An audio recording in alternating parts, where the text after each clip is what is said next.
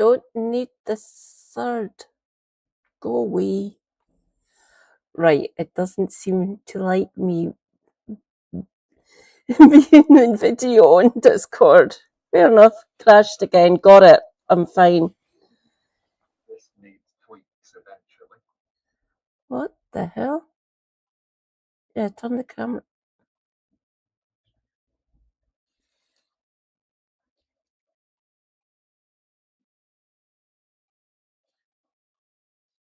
Huh.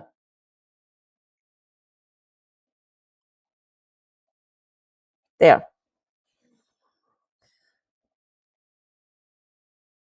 Oh, God. Right, you're not going to get to see me, everyone. You can hear me, Jim, can't you? Yep, but your camera does not apply. No. Fuck it. Leave the camera. What? Yeah, I know I'm live. What the? Yeah. Stream manager. I'm back. Hello, everyone.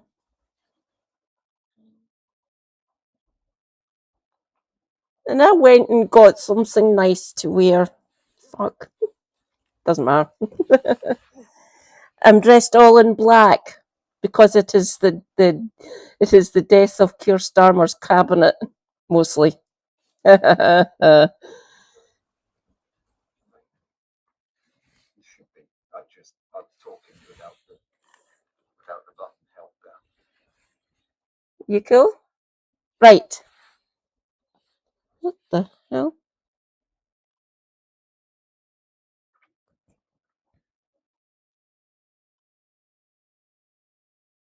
Stream manager. Just go there. Ah, there we go. Come down in volume. So,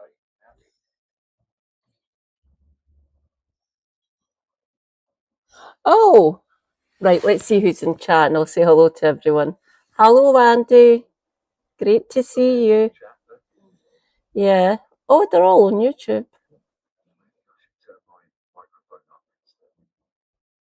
What? Yep. Try that. How about that? No Jim at all.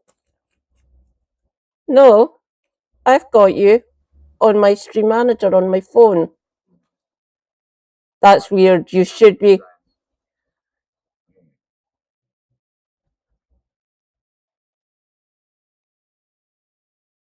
That's weird. I can see you on both of them. Huh.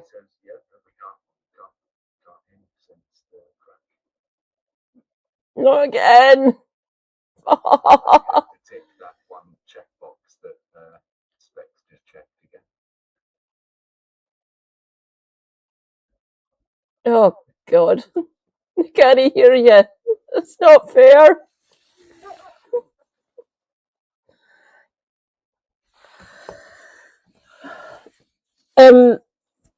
Tell me what one it was. I can just do it here, Specs, if you don't want to jump back in, so we can actually hear Jim. Something about output.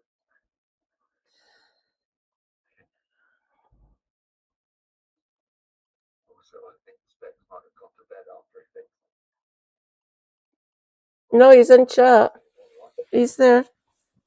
Audio output.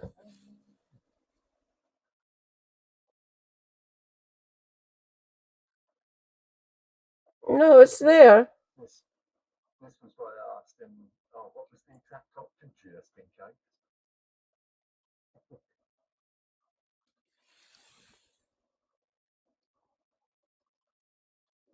Oh, okay.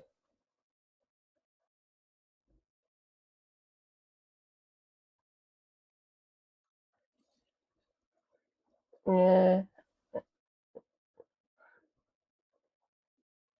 Digital output. Ah.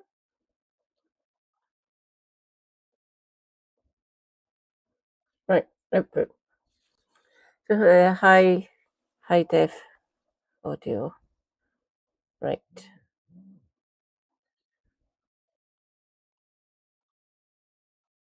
Yeah, they're both the same. Mhm.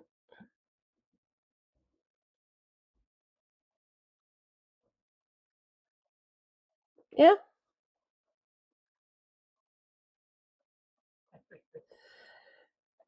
I'm going to get this correct. I am. Yeah, I've got my wireless. I can hear my. Hang on.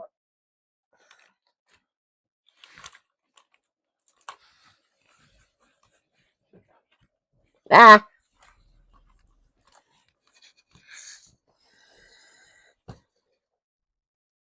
It's not high def audio.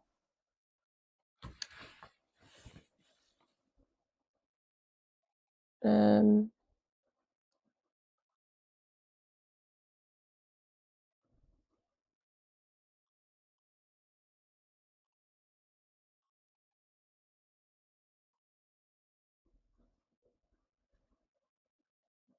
Audio. What was it he said? It was in the Dream Labs, and it was about the output of the audio. And then there was like a checkbox to. No, he didn't say checkbox. I said checkbox.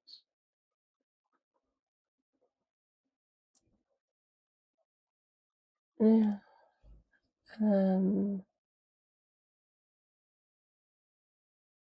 Right.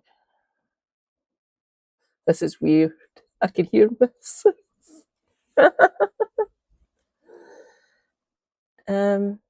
Right, there's the input from my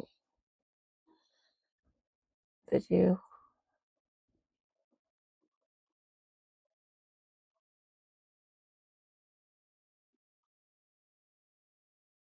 Right.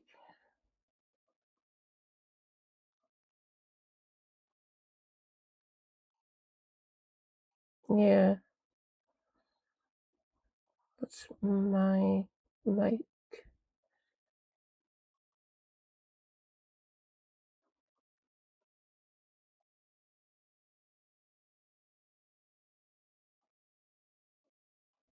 Give me a minute. Oh, you're in the chat. Hello, Jim. In the chat. Yes. Take your meds. Say something, Andy. Jim, even. Yo, hello. Anyone hear me on the street? Hello. You're coming out my speakers. Okay.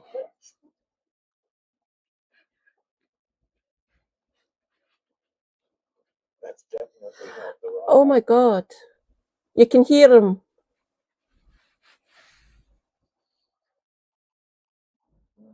No confirmation. Oh, I can hear you just a little bit quiet. I already turned my mic up.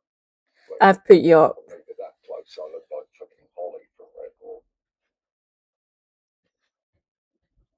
No, I'm here in my headphones and my speaker. You're back. Poor bastard.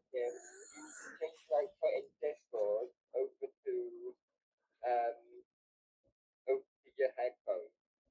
So go to options and Discord and change it to your headphones. Because that's what it is. You can't have them separated. That's why we can't hear it. It's only coming through your headphones, not through the PC. Therefore, it's not going through the stream. Yeah. Exactly.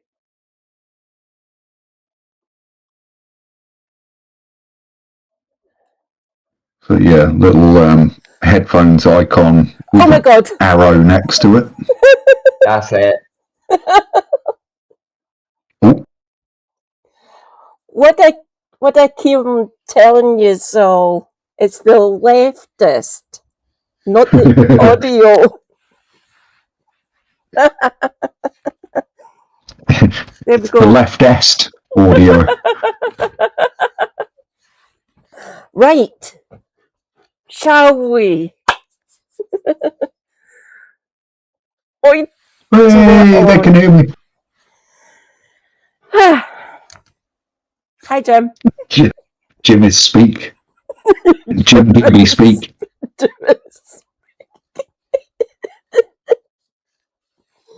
Stop making my face hurt. Naughty people. We need to get into the content before all that. True. Yes! Bring it. I'll be losing the chat off my phone because I'll go to Google News. Don't worry, I'll still see you all. You're all there. Right. Oh, God.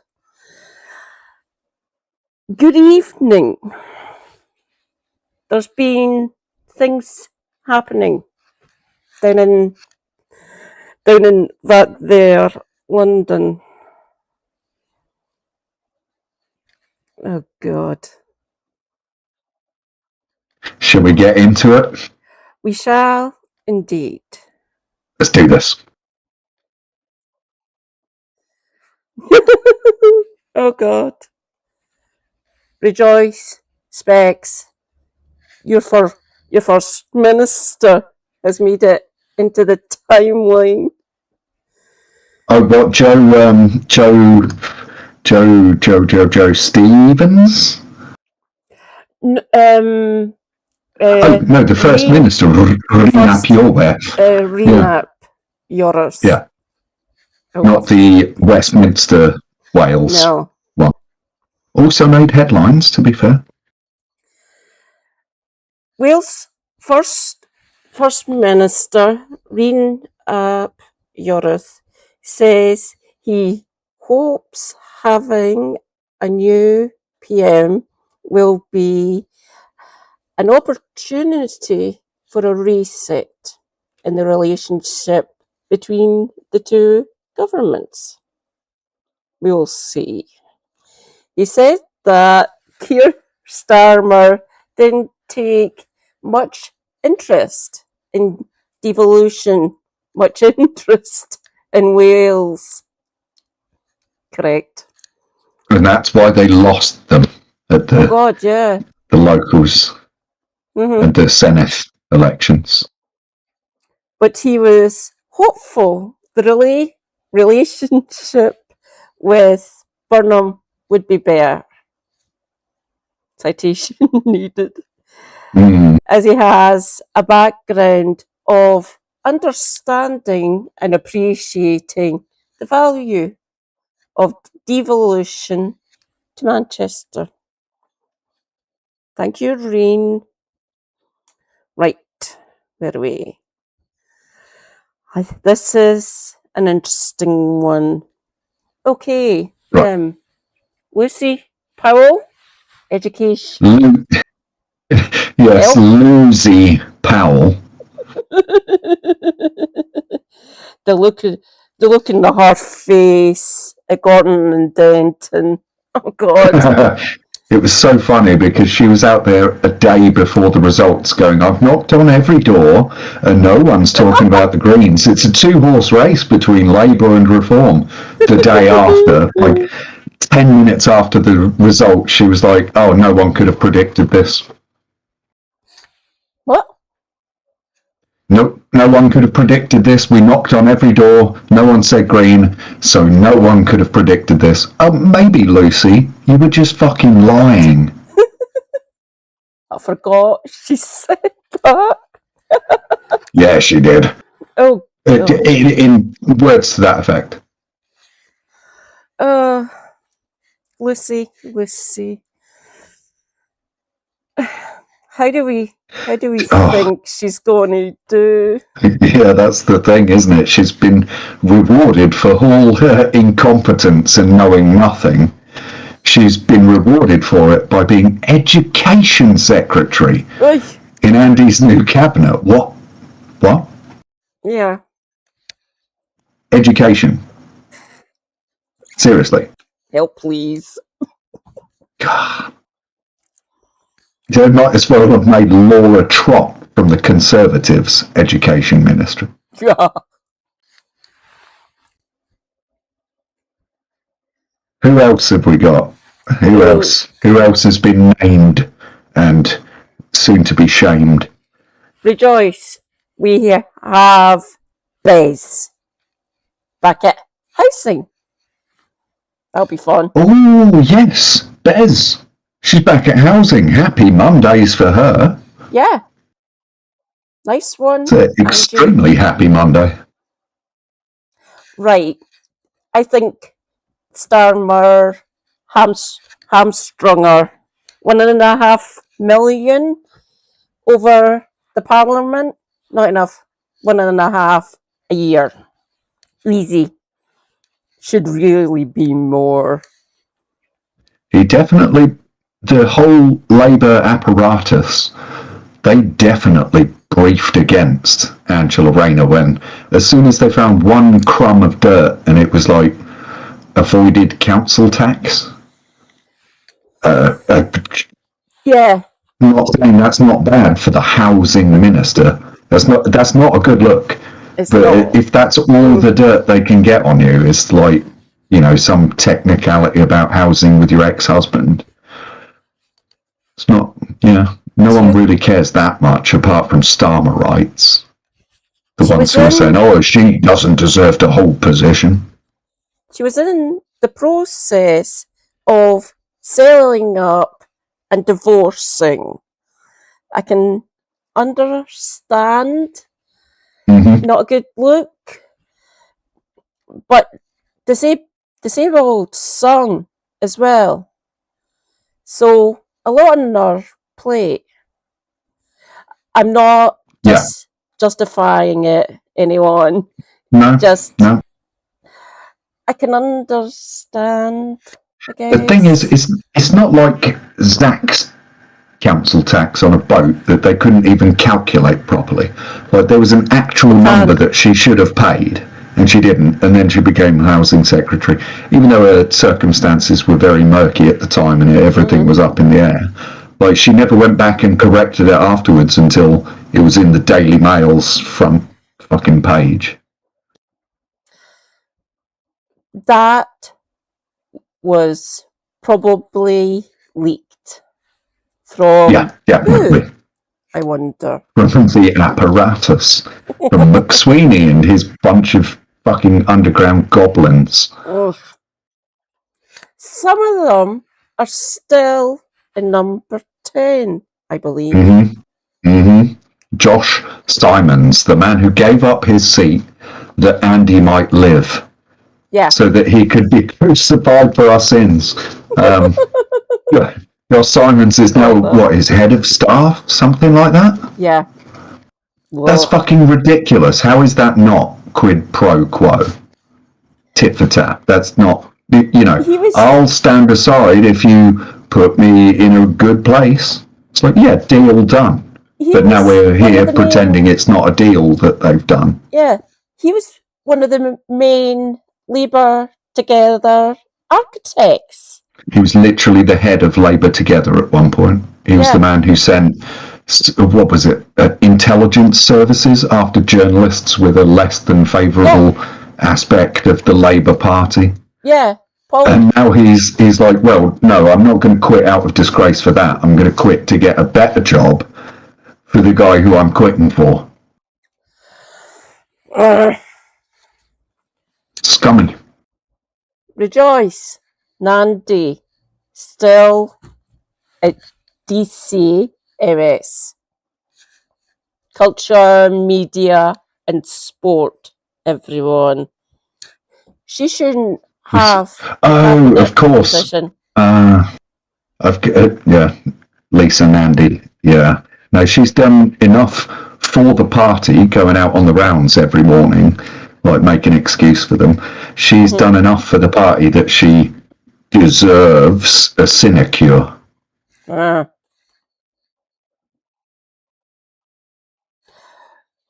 Was it you that put something in a Discord about her? Probably. Um, Oh, not Nandy. No. I did a joke about how Liz Kendall has been fired, so it's now there's 4% less. nice one. I like. Thank you. Why? I don't remember this Liz though. Lisa Nandy rather. Someone. I know she's put the hard yards in on the morning rounds, so she feels like she deserves something. Definitely. That whole debacle with the Israeli team, damn it. Oh, that was the worst. Maccabi, that really was. Tel Aviv. Yeah. When she was out there on the morning round saying, "Oh no, we should let violent, racist, awful, genocidal thugs into our country because what are you, a Jew hater?" Just look what happened in Amsterdam. For fuck's sake. We all saw the video. Yeah. She saw the video and she's still out there on the morning round saying, this is why we should let these fucking reprobates just run wild through the second biggest city in our country. Because what are you? Do you hate Jews or something? Are you anti-Semitic? Were you pro-Holocaust? Jesus, of course you should let these people in. Even though they've got, paper on it, they've got priors, they've got fucking form on this. Okay. She was out there doing it, though. And that's why she's got this fucking post. Kev going off on one for her, doing that.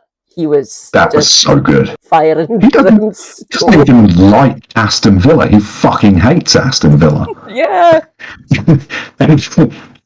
Sometimes it seems like he hates Birmingham, but I don't think so. Oh God. No, he hates Aston Villa, and he was like, "What the fuck are you talking about? Letting all these mentalists in to kill everyone?" Yeah. They were like, "Well, it's just a common sense position, you Jew hater."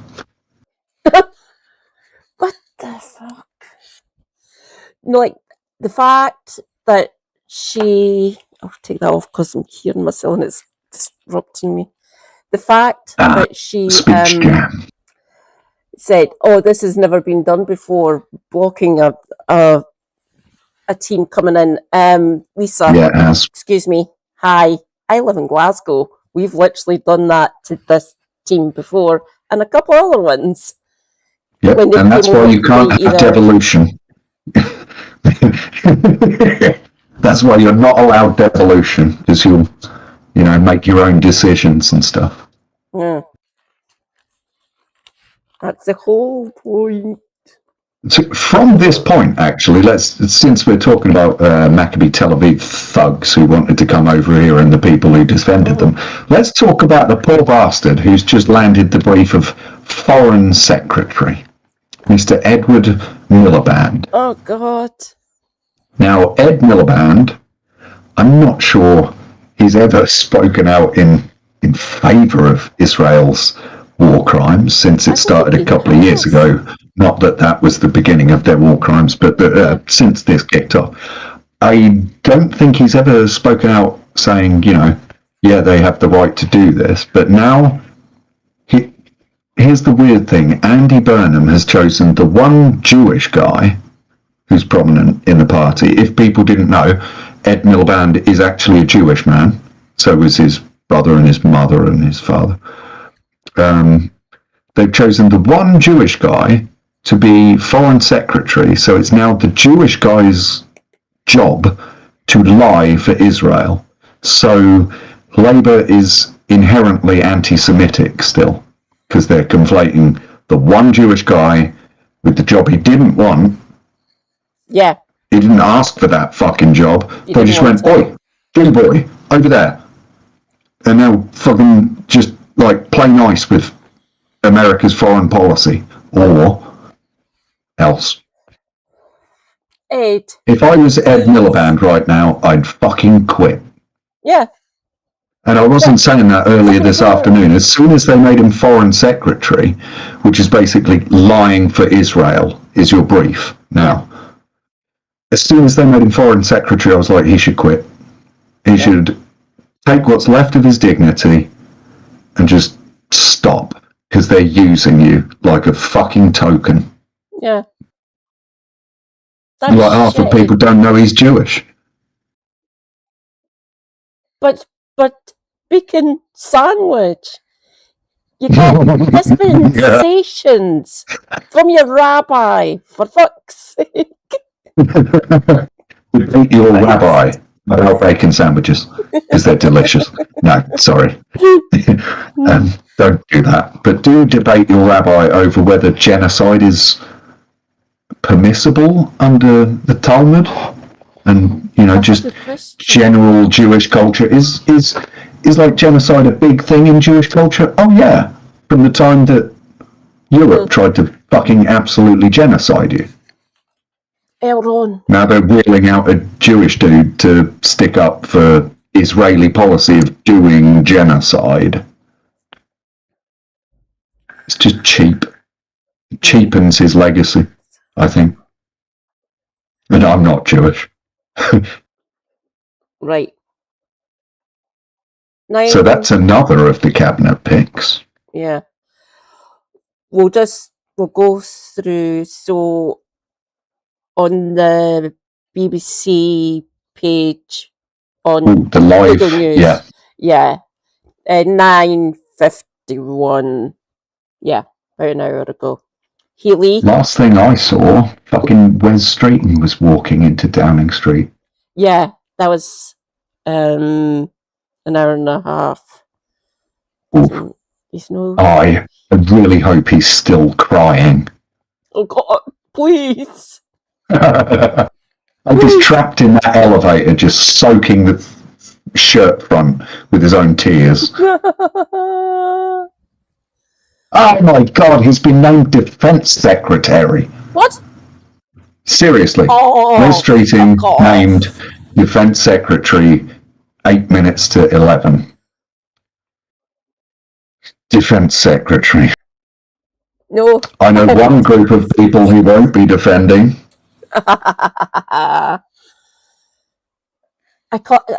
Right, there's a reason. I call him odious little prick.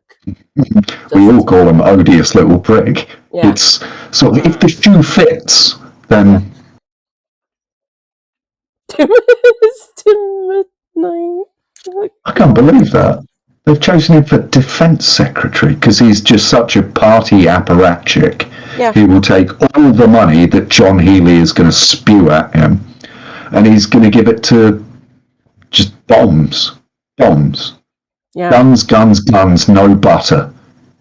Ugh. Your children will grow up never having tasted butter because of all the fucking guns. Yeah. I'm glad my benefit is up here. But here's another one. Pat McFadden. He's staying in place. Just end me.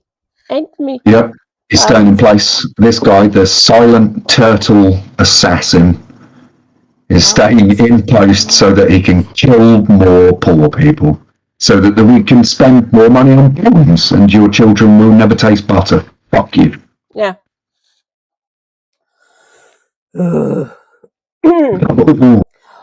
What's this one that Lou Haig got? Lou Haig is now the Chancellor of the Duchy of Lancaster, which is sort of a made-up bullshit thing they made for Michael Gove when he was being a cunt. Yeah. Just to stop him stabbing every single human in the back. She's also the first Secretary of State, which apparently, and I've only read this today, I didn't know this before today, because although I'm a political fan, this deep in. The first Secretary of State has slightly higher standing than every other Secretary of State, and they're also apparently in charge of the Cabinet Office. Chief Whip.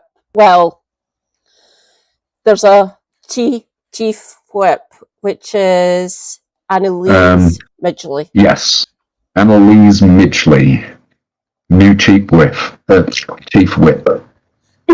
She's... Chief Whip. I don't know if she could be still considered. She's part of the socialist grouping. Yeah. Okay, because that melds so well with the ethos of being cheap. Chief Whip.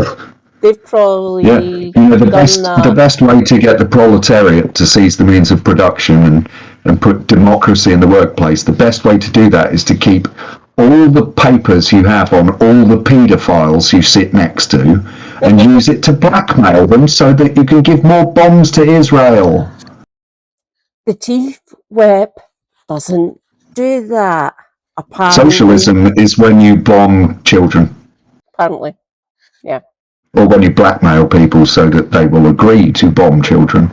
Because somehow there's a worse level of scum than the people who agree to bomb children. Apparently. It's the people who make you agree to it. So, Bridget Phillipson. Ooh, Bridget, I got 30 grand for my 40th birthday party, free, from Lord Alley in the same sort of month-long scandal that got Keir Starmer his wife's dresses and free glasses and suits. She got 30 grand to spend on her 40th birthday party. Just gifted. Just like, And that seems a lot like someone from where Bridget's from, and she's a very authentic person from where she's from. Yeah. Because everyone in the Northeast loves to spend 30 fucking grand on their birthday party. Apparently. I recognise the name, but I don't Bridget know from where. Bridget Phillipson is now Minister for Women and Equalities. Oh, God. Because lots of women have 30 grand to run away from their abusive ex-partners. They were given it by Lord Alley. Yeah. Don't you know? Probably. Yeah. She's such an every woman. Oh. Right. Next. Business and trade. Jonathan Reynolds. Johnny Reynolds. Yeah, this barn-raising fucker. What? This barn-raising chicken fucker, Johnny Reynolds. Can you enlighten me a bit more about him? Oh, he's just got this chin strap, so he looks Amish. And they raise barns and fuck chickens, so... But he's now the business secretary, which was that Peter Kyle's brief before?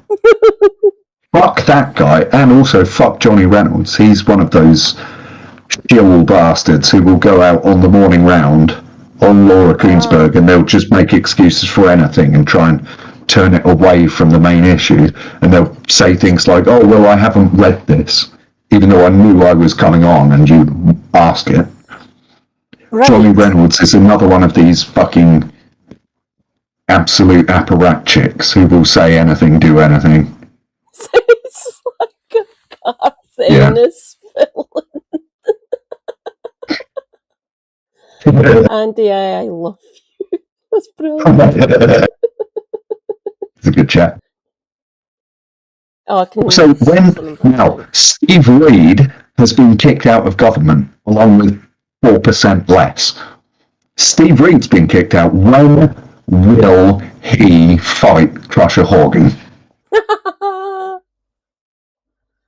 on. When's he going to fight Crusher Horgan? Coward. We love it. So who else has actually lost out before we go through the rest of the Who's replacement gone? cabinet positions. We've got Lucy Powell has lost out. Lucy Powell. I know. Oh wait, no, she's in education now. She's education. I'm reading the wrong part of my notes. So, let's talk about some of the people who have gone. Steve Reed, obviously. Reed. Yes! Thank the fucking gods. Thank every god in the ancient Greek pantheon. Steve Reed is gone. 4% Liz is now 4% less. She's gone. Rachel fucking Reeves is gone. The Melon Cat. It's over. There's no more Fabian Helmet. Oh, no. Look. She's changed her hair. Oh, has she got the Fabian? Oh, no. Yeah. Helena told us. Oh, dear. A couple of Is it weeks still ago. red? It was one of the ones that her and Kev talked about before doing award-winning herbalism. Ugh. Yeah, she's changed her hairdo. I really loved her long hair. Damn. Yeah. Who else is gone? Who We else got is Reeves, gone? Reed, Kendall, Peter Kyle, gone. Good. The Welsh secretary to Westminster, Joe Stevens, who Yeah. no one really knew much about, she's gone. Darren Jones is gone. Fucking insipid, say anything for clout prick. He's gone. He used to be all right, you know, before he, you know, got anywhere near power and then just ran for it like a fucking psycho. Lammy. Who else is gone? Gone. David Lammy. David Lammy has punched out his last free dinner ticket. Yeah. He will no longer be able to change his opinion on anyone in the public eye because he hasn't been given 2 free dinners because he doesn't fucking matter anymore. Sod that guy. Yes. See you later. Hillary Benn is gone. Hillary Benn. Fuck that guy. Yep. Who else is gone? I've got 2 more names. One is James Murray, who took over from Wes when he quit. Yeah. I don't know almost anything about James Murray apart from the fact that he took over Wesley after he quit. Yeah. He was only in place for a short while and now he's back to the back benches, I guess. He was chief secretary to the Treasury at one point.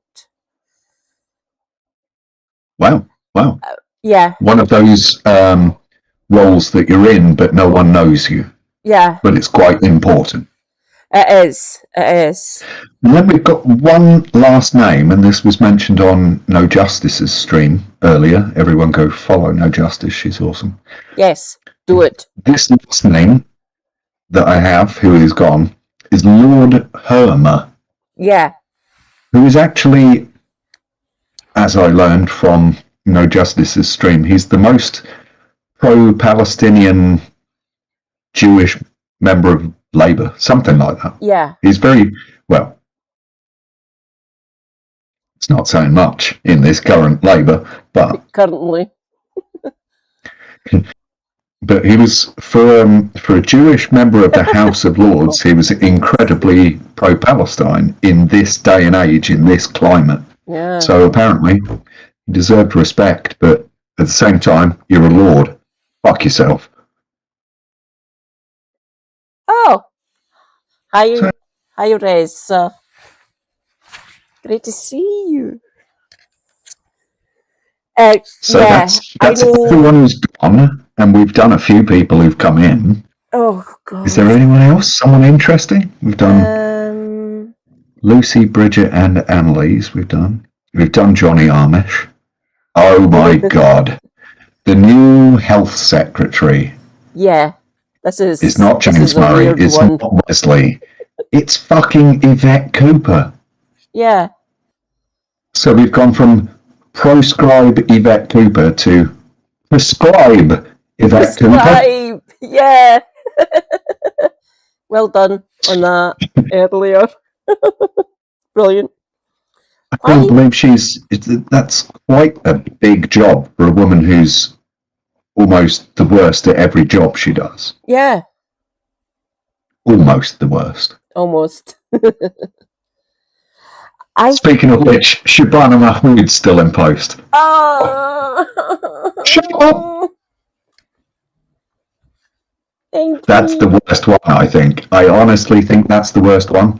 Shabana Mahmood still being the Home Secretary is the worst appointment. Yeah. Because it signals that Andy is still trying to keep anti-immigrant racists still on side. He's like, no, we're going to keep doing the numbers until they fucking accept me. Accept me, Daddy! Do you love me? That's just... It's terrible. She's the worst Home Secretary since the last one and the previous three. The previous three, yeah. Look, we can't be racist. The brown woman. She can't be racist. Look at her. She looks immigranty. God. It's just the worst. But it works on stupid racist cunts. Yeah. Who are like, yeah, she's one of the good ones, yeah? She'll sell all the bad ones home. Why would you when you could just condemn? I hate that works on both Labour voters and Reform voters. Just keeping the worst arsehole in the post so they can be just mean to all the people. And then the Labour voters are like, yeah, they probably deserve it. Yeah. Mm. The Reform voters are like, yeah, they definitely deserve it. Do harder. Oh, the fact that the Labour voters are just shrugging and going, it's pathetic.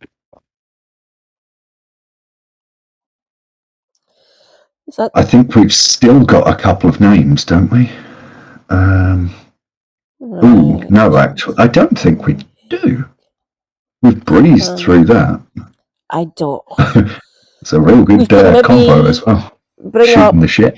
what they've been like in the past. Obviously, we've got lots of stuff on all of them. They've all got form. They do. Apart from Ed Miliband, he's almost always been just like a very vanilla, on the good side, because vanilla's quite a nice taste, even though it means insipid, weirdly. He's been coasting, and then when he actually got a brief he was doing very well with, energy, they just ripped him out and said, no, you're lying for Israel now. Yeah. The one guy who was doing his brief, they're like, oh, we need you elsewhere. Guess where? That the West Bank. Just why have you done that to him? Just it's probably to discredit him, so he can't launch a leadership bid in a year and a half when Andy's failed at pushing through things like those Rosebank things that the Tories signed off. All the horrible shit. Once it's signed off on, people will be crying out for Ed Miliband, but he'll have spent the last year and a half saying, oh, actually, Israel don't target children. They just happen to hit several hundred every fucking day for 3 years. Oh. Good luck with that brief, Ed. It's probably going to break his heart, I think. Yeah. Like I said, if he had like the bacon sandwich thing, you can still say, oh, that's a bit of a gimmick and it's not a thing. Like, but to leave with dignity, to quit with dignity, with with conviction, to quit with dignity, you'd have to leave before you have to start going like, oh, they didn't know those World Kitchen workers weren't Hamas and that's why they triple striked them. Yeah. Ugh. If he wants to have any semblance of dignity when he leaves this job. He'll leave it very soon. Oh, God. Because otherwise it's going downhill quick. And I think that's done on purpose. Because when people figure out Andy's not the Messiah, Yeah. he's just a very scheming boy, they'll say, like, oh, why can't we have someone gentle like Ed Miliband? Do you remember the gentle politics of Ed Miliband? Well, yeah. Now he's been doing blood libel defence for like a year and a half, and now he's no longer a prospect. I think that's in the mind somewhere, because why would you take the only guy doing his brief properly and give him the worst job? The worst job. Foreign Secretary is sucking America's dick and shitting out Israel propaganda. Yeah. Oh, God. You'd only given that as a poisoned chalice. Yeah. Burnham, what you playing at? Ugh. He's playing very well if he wants to be seen as a fucking cunt in a year and a half's time. This won't save Labour, will it? No, but it will extend it till 2029 because he's enough of a smooth political operator. He can actually ride out these bumps that Keir Starmer just did not have the charisma to ride out. Like someone would go, oh, what about this bump? And he goes, there's no bump. We're actually starting to fix the foundations of a bump that doesn't exist. Well, I am so annoyed I have to retire that impression. Oh, yeah. Can you imagine Keir Starmer coming to like sessions of Parliament on the back bench now, like Jeremy Corbyn did? Fuck off, will he? He'll be in fucking Mauritius or something. He'll be out in Chagos selling fucking real estate. Oh, God. He's just not going to be in the backbenches with Jeremy Corbyn. Yeah. You know, doing the actual fucking job, doing the work. It's just not going to happen. Oh, so as far as I'm seeing, we don't actually have an energy secretary yet. Yeah, I'm worried. Yeah, I really am. They'll give it to someone who's like, yeah, Rosebank twice. But slowly. Yeah. Leave them the fuck alone. No, like, endlessly screaming into the void. Just leave the void them. screams back. But seriously, like, their entire justification for this is that the Tories signed a bad contract, so we have to... No. Your enemy signed a contract, so you have to fucking honour it? Yeah. Fuck my Rosewell. Yeah. Drill well into the Rosebank oil and... Like, that's pathetic. That's the worst excuse for drilling new oil and gas whilst they're saying, we will not give out new oil and gas. It's like, yeah, apart from the ones they signed, and we don't actually care enough to make it not happen. We're just saying no new ones after this one, and then after the next time the Tories get in, or some right-wing cunts get in and start new ones. The next election, the next time we're elected after that, we'll stop new oil and gas licenses, apart from the 500 that Reform UK have sold in the last 4 years. Yeah. It's fucking pathetic. So I'm looking at who's going to be the energy secretary now. Because they're going to pretend like this is business as usual, this is normal. We're saying no new oil, and then drilling for new oil. Yeah. I'm very interested who will be that. It'll be... Oh, I'm trying to think. Oh, bad news for people like me. Douglas Alexander survives. No. Fucking Alexander is the biggest prick north of this border. Yeah. And he spends most of his time in Westminster. He does. Dougie is one of the 3 worst Scottish Dougies. Yeah. Oh, Along Captain with Dougie Ross. Miata Van Buller. Van Boule. Yes, what's Yeah. she doing? Energy in the zero. Woo. That might be good. I mean, yeah, she's got credentials She does. in economics and just general running. She's is this a poison chalice that they're setting her up with? Because Maybe. she's like the most economically sound, who's not Yeah. going to say that the fiscal rules are like set in stone. I just right. Healy It's tricky. as Chancellor? That was so insane. Yeah. That was mental. 2 candidates went in, Yeah. and it was Miliband and Mahmood, and the Chancellor came out as fucking John Healey, the Yeah. guy who used to just be like doing adverts for war. Yeah. Basically, we need more bombs for the killing the children that Israel aren't doing. I went and checked. They've served together already with both Blair and Brown. Bollocks. Oh yes, this came up earlier. John Healey has actually got quite a long history. Yeah. He was in the Treasury. Yeah. He did not housing. He's done like 4 different quite big ministerial jobs. Give me a minute. I'll go. Yeah, I can't remember them right now because it's it's about midnight.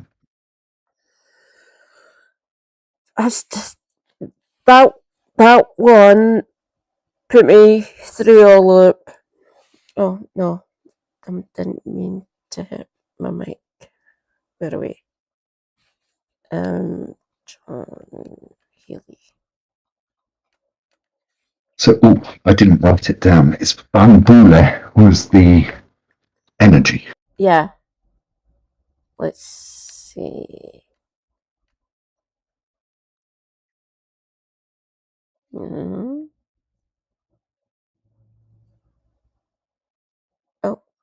Mirta Van Boule.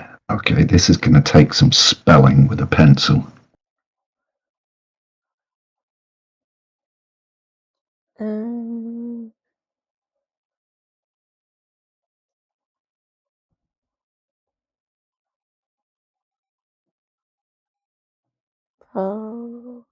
Right. Let me check that spelling. Wentworth? Okay. Junior. Right.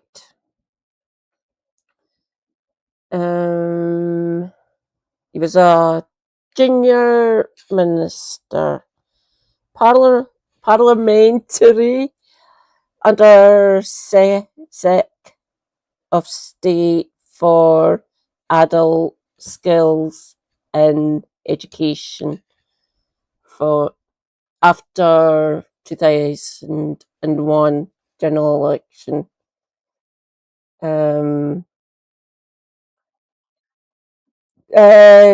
2007 communities and local government. Then housing after Beckett got I'll be right back. or reside. 1 moment, please. Okay.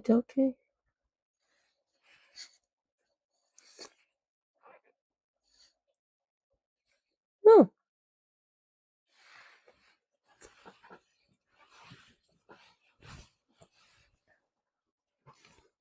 Hello, everyone. I'll take that off since I can't hear Jim. Elron, if you're still here, you're delightful MP got DEFRA. What the fuck? Do they? Thank you, Capron. Did you see Tories were basically ecstatic about Healy and immediately went, benefit cuts? Vile scum, they should have stayed in the Victorian era. Correct, Reza. Yeah. Thank you for saying about Miata, Cap, by the way. Thank you. Oh, yeah. He will I be am returned. spinning in his grave. He will be. Reza. Ugh.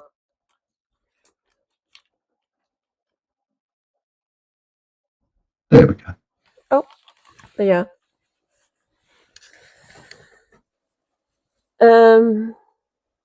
Yeah. I'll be Right, where were we?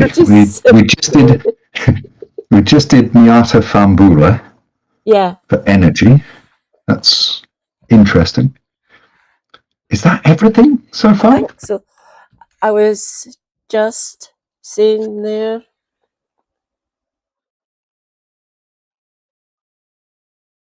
Yeah. I'm Yeah. surprised that he never got Welsh, Andy. Personally. Yes, Welsh. He can't be as bad as Ben. Obviously, Ben not a spot on his dad. Not like his dad at all. Who is? Yeah, who is? I wonder what he would think of this cabinet. You'll be raging that Healy became Chancellor. Oh God.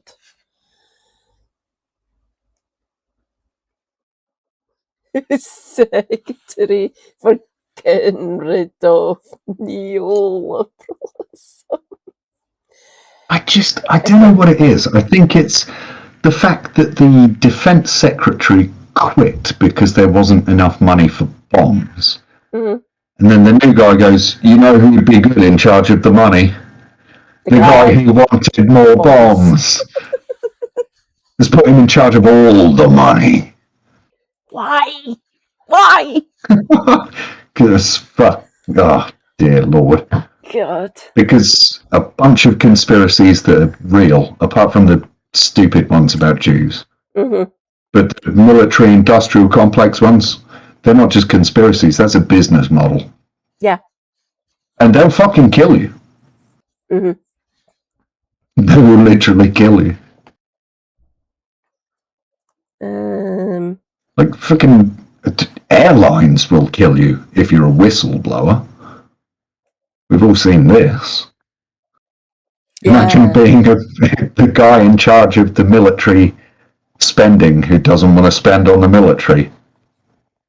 That's what I think that's referred to as natural causes in the chain of command. Correct. Yeah. This is weird. No frame drops. Specs. No frame drop.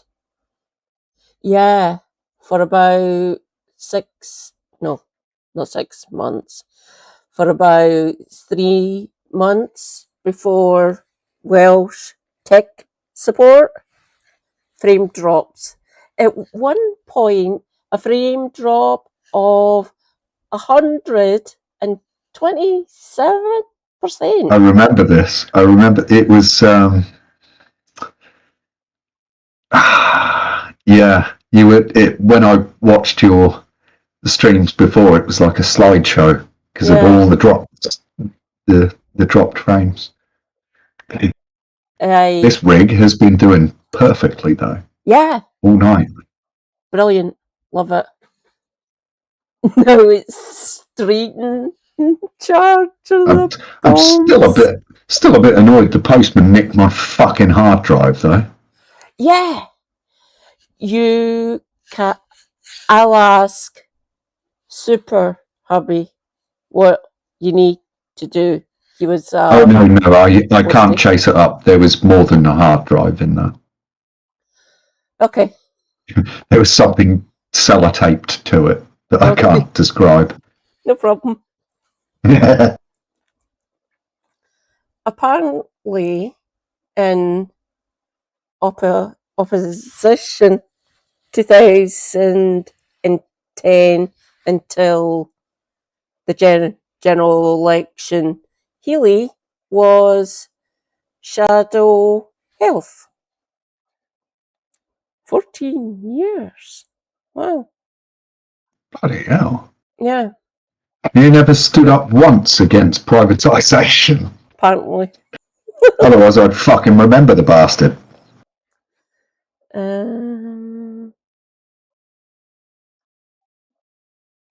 Hang I'm on. going to say, we went through the cabinet so far, as we Yeah. know. It's been a really good stream. Are there any other news stories you want to talk about?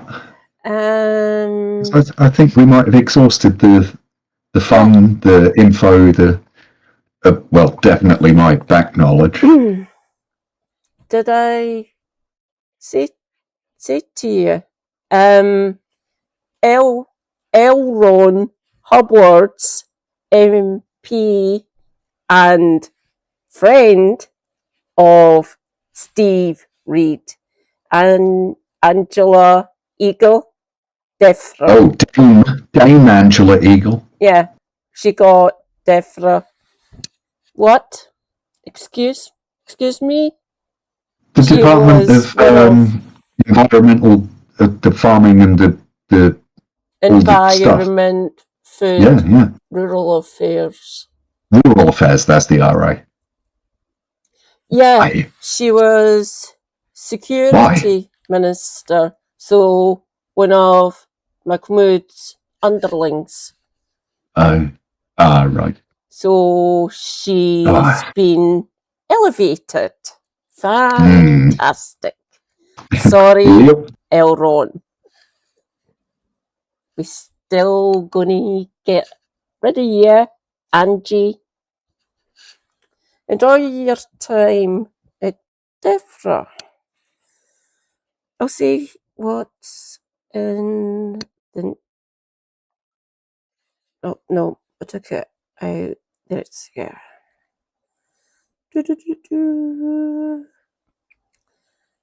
Like, still raging that I've got to deal with...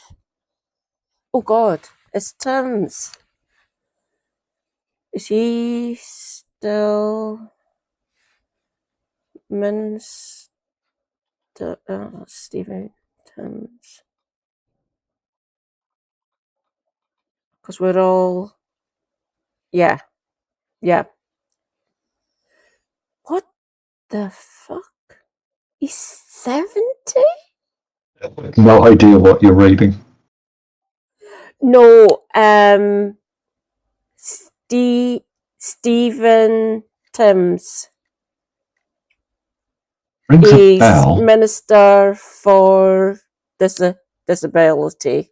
So he was the second in command. Well, he still is.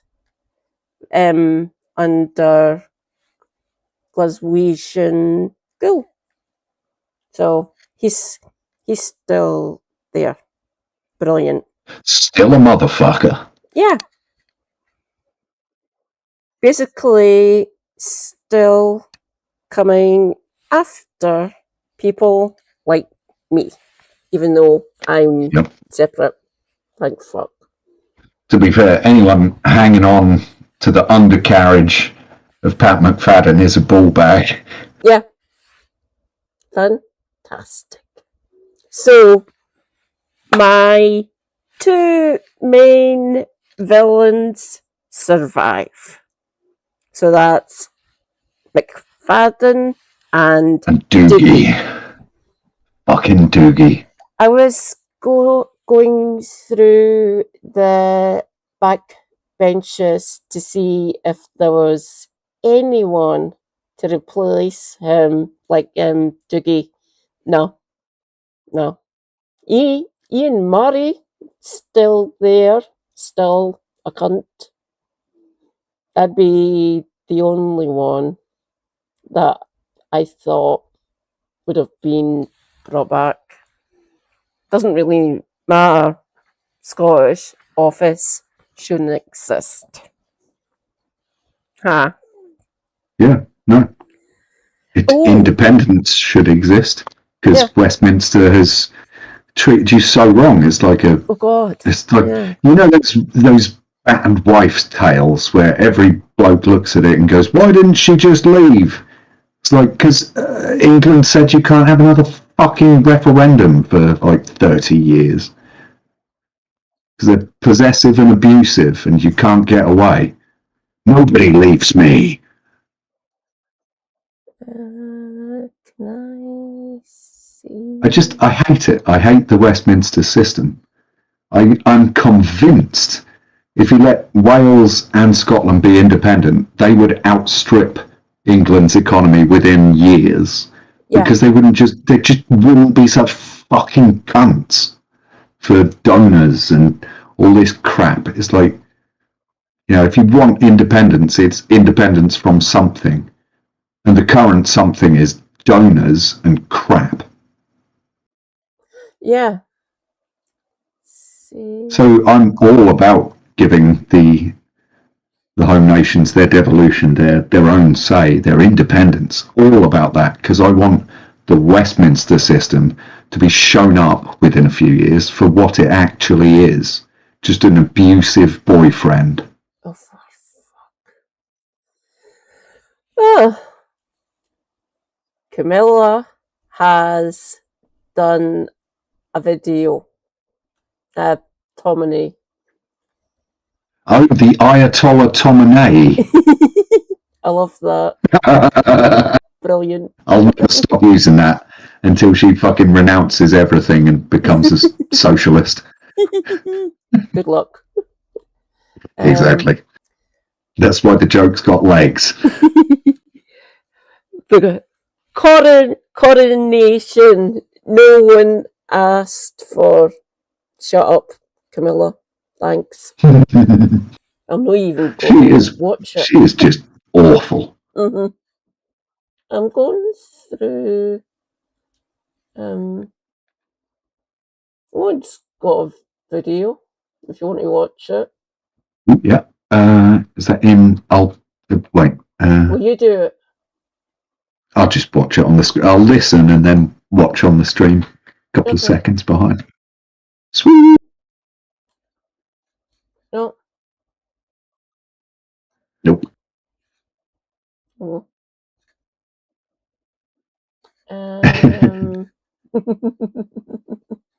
Right. Where are we? Oh. Disconnected. Connected. Huh?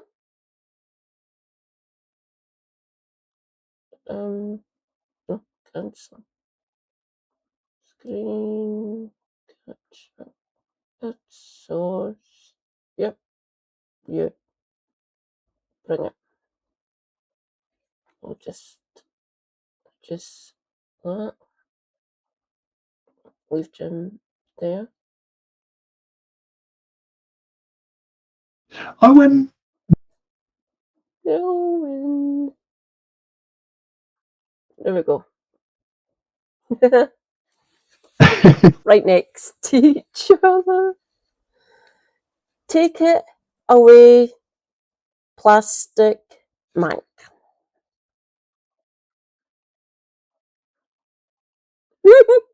Wait, is he from Manchester? He grew up in Stockport and Disconnected. moved Connected. over to Manchester when his mum got a lectureship when he was Nice. 12, between 10 and 12 So, years old. It's proper, it's been there Yeah. enough. Yeah. Well, he's London now. Columnist for The Guardian. Elron, if you are still here, I do apologise. Cranky pants. Shananananana. We are fucking Shananananananana. Hello, darling. It's all fun and games over here. Till someone starts crying.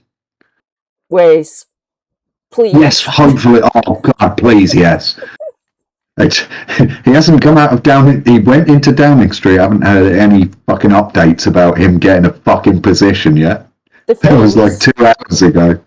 Oh, yeah, of course. Yeah, I wrote that down. Ugh.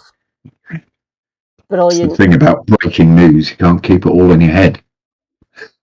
I say this Hell, as a joke, but you can see what I'm getting at. He'll be wanting to bomb transcripts. He wants to bomb Transylvania Yeah. and Transgold and Trans-Siberia. This fucking cunt. How do you see the government moving forward? I don't see much change, really. I'll tell you how I see them moving forward. Slowly. Mm-hmm. They're going to take as much time as they can to give Andy as much time as he can before he gets any real scrutiny in about a year and a half. A bit like Starmer. Yeah. Because Starmer got it almost straight away, and then after a year, people were pissed. Oh, he spent the whole second year just fucking ducking everyone. But I think Andy Burnham has a little bit more political wherewithal, so he's going to be able to dodge it for at least a year and a half. Yeah. But nothing's going to move quickly, and if it does, it's going to be the defence budget. Exclusively. And only. Yeah. Yeah. They're going to do workfare to pay for warfare. Yeah. Forcing people like your lass into work. Or death. Get wrecked. There's always death. We could always die, and that's not what they're trying to do to you, but they wouldn't object if you chose to die from not being able to feed yourself because of their policies. Yeah. I've already had 3 governments try to end me. I'm still here. Thanks, Gideon, for trying. Yeah, monster. Isn't that about 7 governments ago? Because each prime minister gets their own new one. So you've survived 7 governments trying to fucking kill you. Yeah. Putting up them numbers. God. But seriously, having Pat fucking McFadden as the DUP guy still. Yeah. Oh, so we're just going to be horrible to as many welfare recipients as we can without annoying the pensioners, which is 60% of the welfare bill. So basically, we're going to ask people with no knees if they can carry the burden. No. I remember when Keir Starmer got in and he said, we're going to ask those with the broadest shoulders should carry the burden. And it's like, I didn't realise broadest shoulders syndrome was a disability that you wanted to cut, you fucking asshole. Yeah. Oh, fuck. Those with the broadest shoulders we assumed to mean rich people who can afford it. Yeah. And it turns out it was just another medical condition who he wanted to kill Aye. for money. Brilliant. Without upsetting the pensioners, of course. Yeah. God. Of course. Just put it up by wages. Equalise the pair of them and get rid of the other two. The triple lock shouldn't exist. Just no. Fuck off. It was probably good for a while, but now we're in like considerable economic dire straits, and it's the only thing we're still protecting, whilst we call everyone else lazy because they don't have a house that all the boomers bought because they've got the triple lock. Yeah. And had, even better circumstances when they were young. Now it's a problem, but you can't blame it on the pensioners who own all the fucking property and rent it back to you for 60% of your wage if you're poor. Oh, fuck. You can't blame them. You can't blame people for squeezing every drop of fucking money out of you, even though they don't work, right? No. No, what we should be focused on is how the rich are taxed too much. Yeah, because one day you might be rich, and then what happens if you're taxed too much?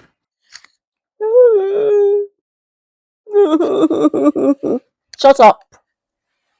Exactly. Get in the fucking tax pool, or get in a big pool that's full of sharks. Fuck you. Yeah. Or swim off the coast of England. Yeah. Swim off to a tax haven where all your money is. Fuck you. Don't let the sharks eat your ass on the way out. Ouch. Well, if they'd paid their tax, then they wouldn't have been forced away from the country of their birth. It's like, just pay your tax then. Good luck teaching your spoiled children Arabic in the United Arab Emirates. Is Tice still offshoring his money?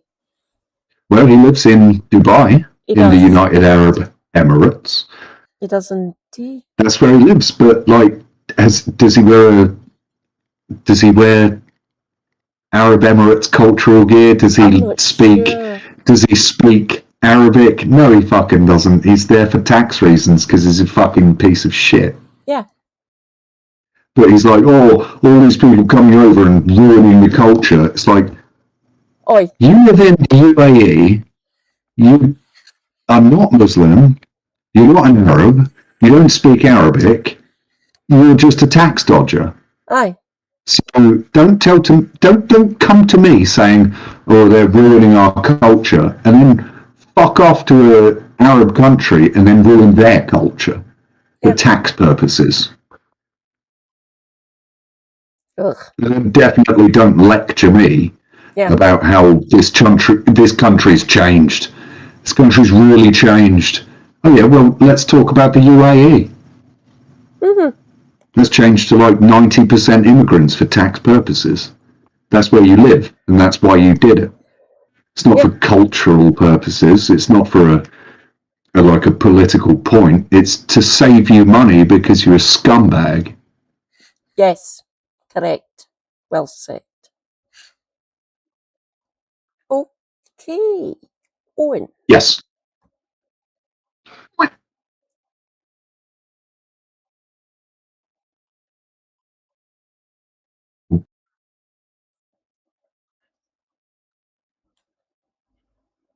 Not hearing him. Oh, it's because I've muted the stream. But there we go.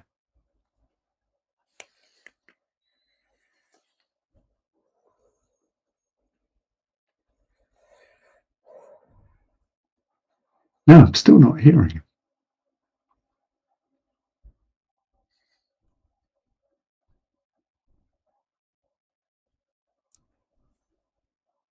Right. I know what. You bring it up in there, and we should get it through, I believe. So do a screen capture. Disconnected. Connected. Oh.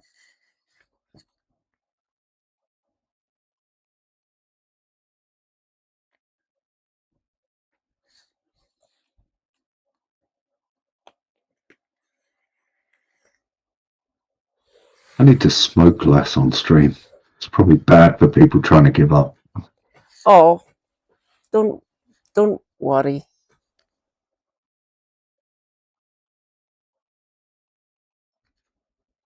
It's also probably bad for me. Stop smoking, Jim.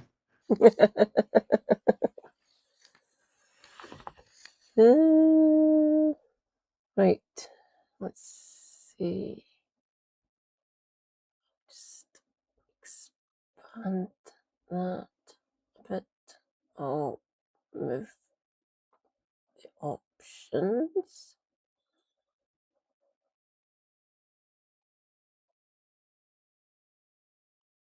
Oh.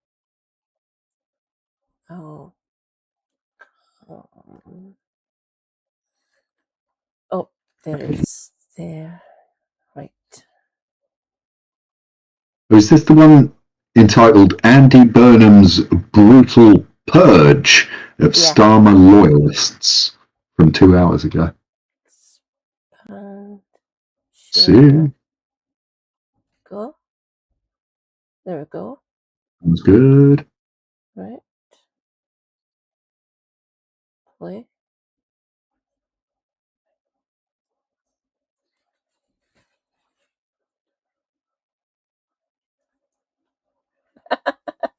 Disconnected. Connected. Still no volume. Huh.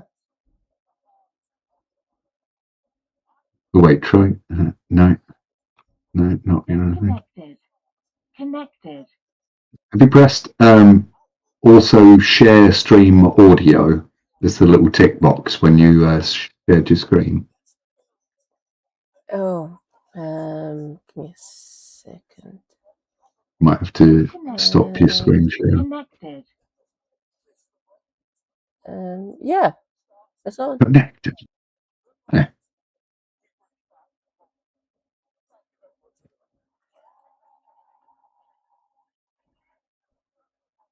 Disconnected. Connected.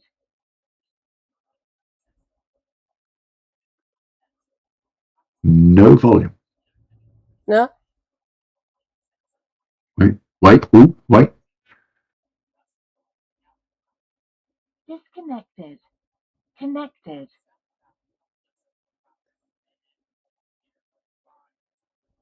It's only the tiniest scratch of his voice at the bottom of the volume. Huh. Disconnected. Connected. Connected. Yeah. I've got the audio. 16. 16. No? Disconnected. Connected.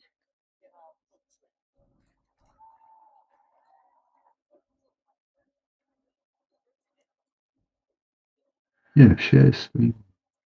It's weird. Disconnected. Connected.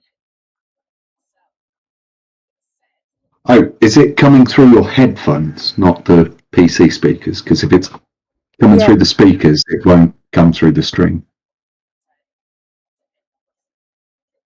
Disconnected. Connected.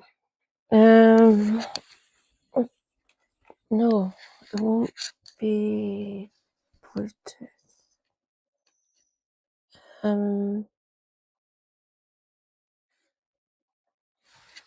Hang on.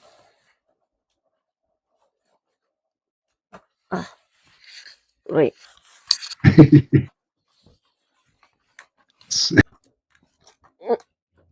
Right.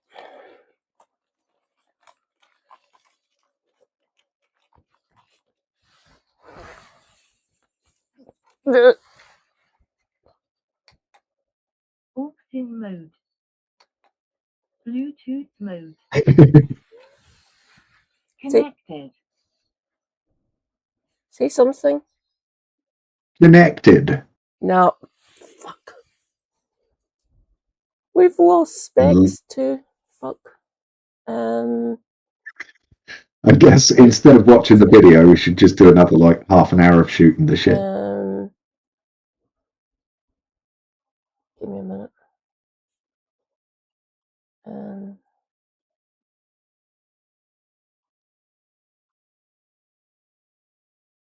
Hello?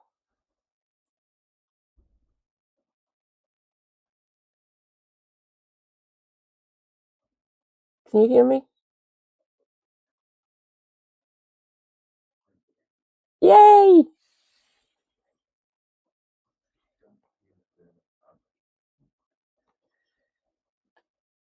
I've still got him. Oh no. What one's what?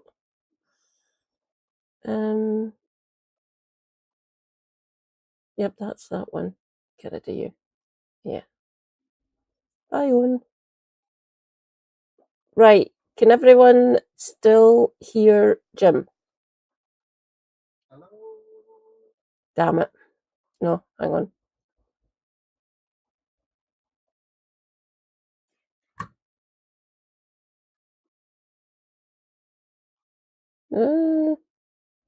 Me. Right, audio output capture. Try say something again. Hello again. Hello, Oh hello. no, dear. You're back on audio input. I can only hear you. Oh God. Right. Do you want to end the call and we can watch videos and you can jump back into the chat instead? Oh, perfect. Actually, Yeah. to be in the chat right now. Cool. Yeah. Get your audio sorted, and I will jump out. Thank you, everyone, for listening to my bullshit. You were amazing. You're welcome. No. Yeah. I will need to get specs to write everything down so we can do this in the future and we can talk about things that happen. Yeah, it's checked, which is weird. Thank you, Jim. Very much appreciated. Thanks, guys. See you in chat. Bye, Jim.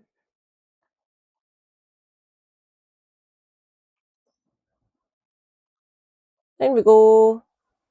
Open. No. Ah, right. Boom. Right, get rid of both screen captures. Yeah, got it. Right.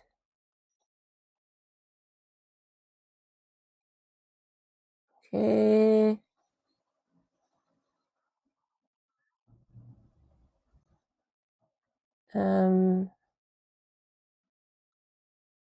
Oi, oi. Oi, oi. Oi. Oi. Right. Screen capture. Where are we? Screen capture. Add source. Add source.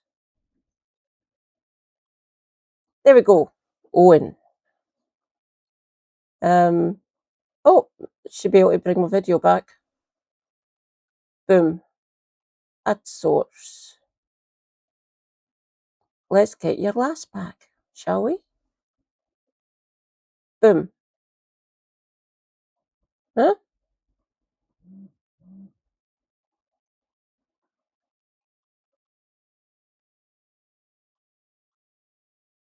Weird. Give me back. I want me back. Give me. Add source. Add source.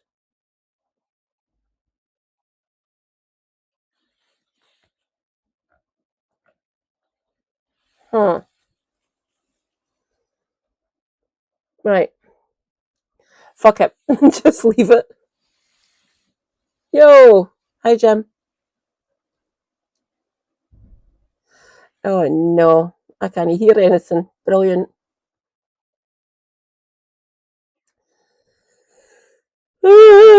Fuck.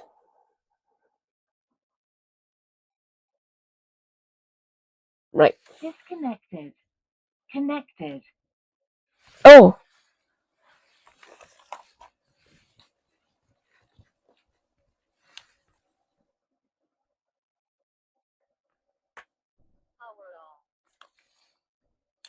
Disconnected. Connected.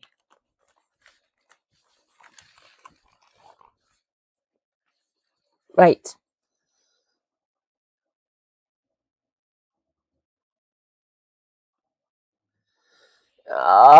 Bollocks. Bollocks, bollocks.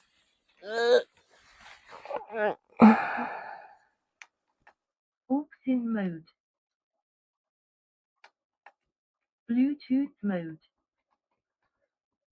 Connected.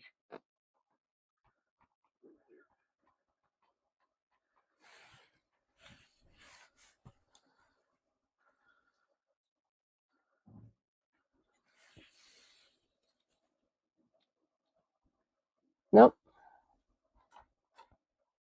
Fuck. Fuck, fuck, fuck.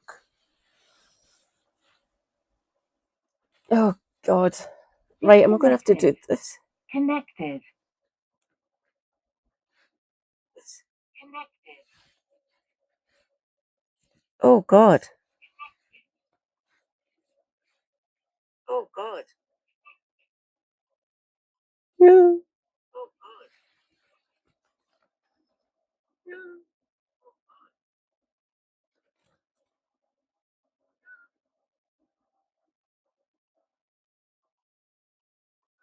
No. No. Ah. No. Fuck. Oh.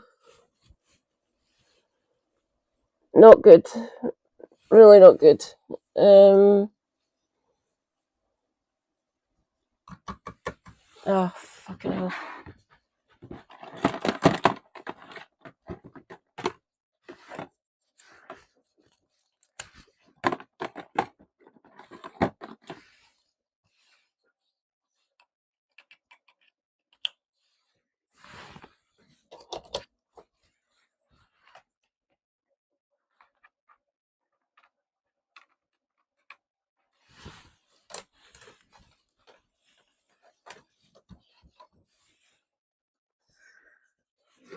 Ugh.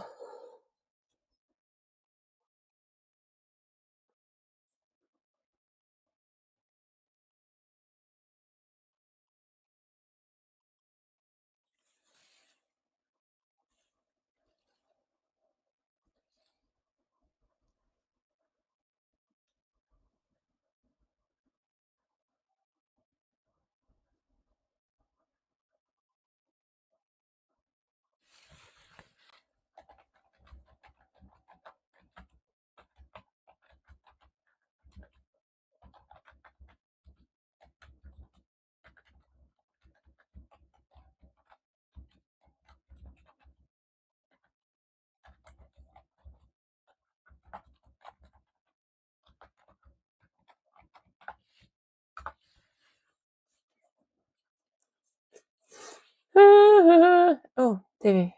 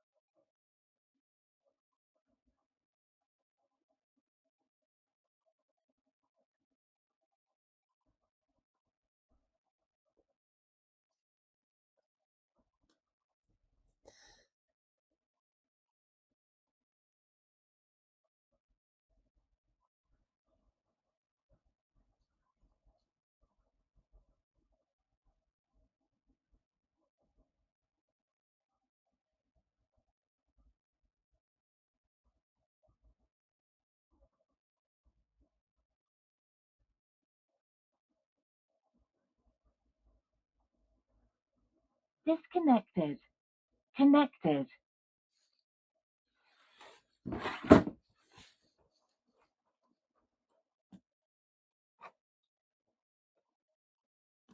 Power on. Auxin mode.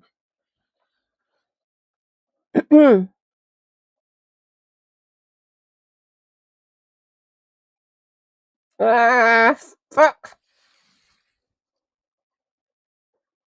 Mystery.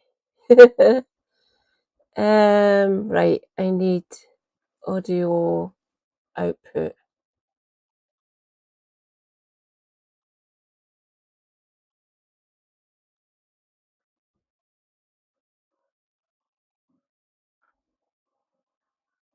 Ah.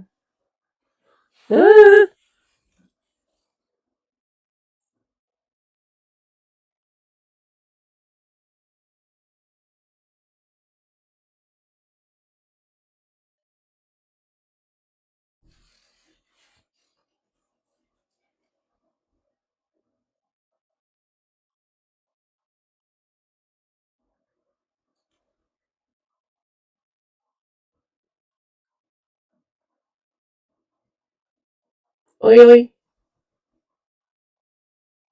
Break with a broken economic model to put into practice what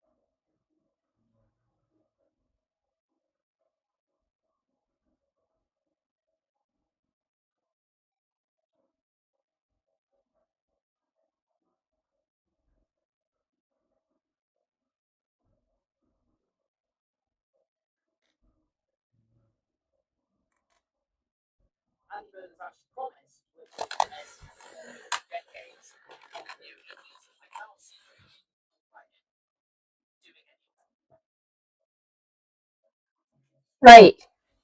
Can everyone hear me?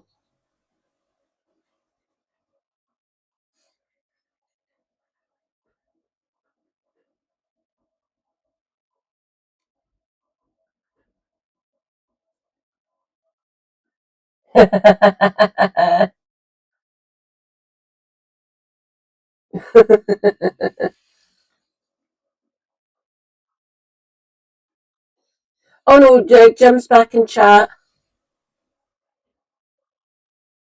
Oh god. Right, brilliant. Right. Oh god.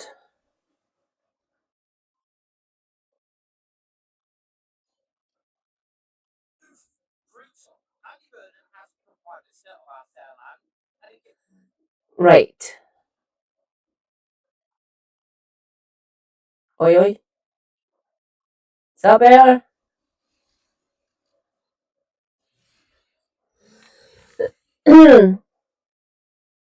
Davinia, darling, hello.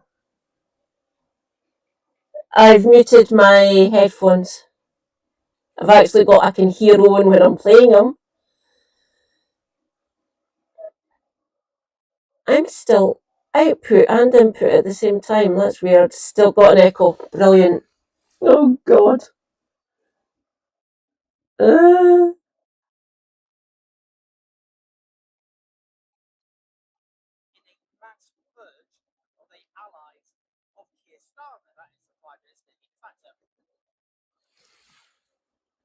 Hello, Davinia. How you doing?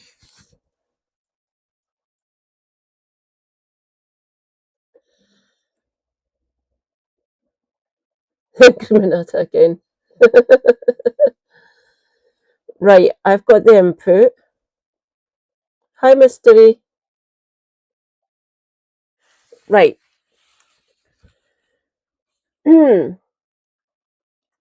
I've deafened that output. I've got them paused.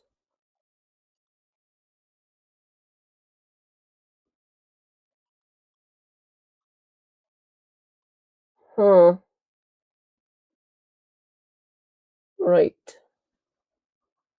Input. Got it. The output isn't reacting to my voice anymore.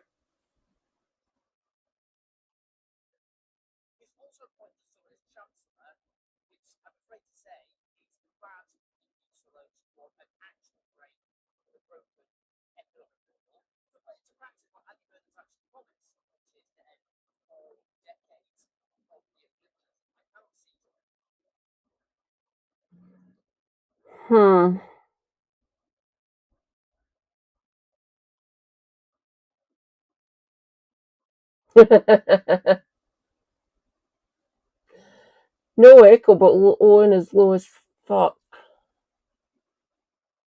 I've got the video up on full on YouTube. Oh, God.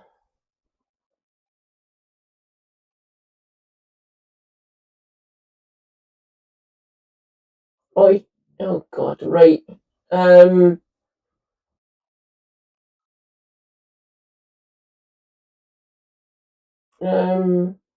Right, back to the mixer. Yeah.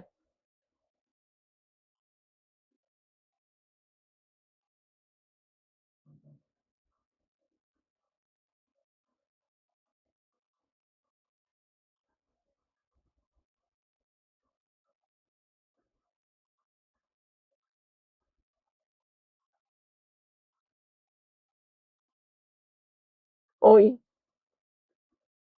Healy would talk about him doing any of that. And you know what? I've got to speak the truth here. I'm not here to just be a hatchet job merchant or whatever. But I'm not here to be deferential or... I'm off to my bed. Take care, everyone, and look after each other while you can. Thank you, Mystery. I'm on my mixer. I'm Streamlabs Davinia, not OBS.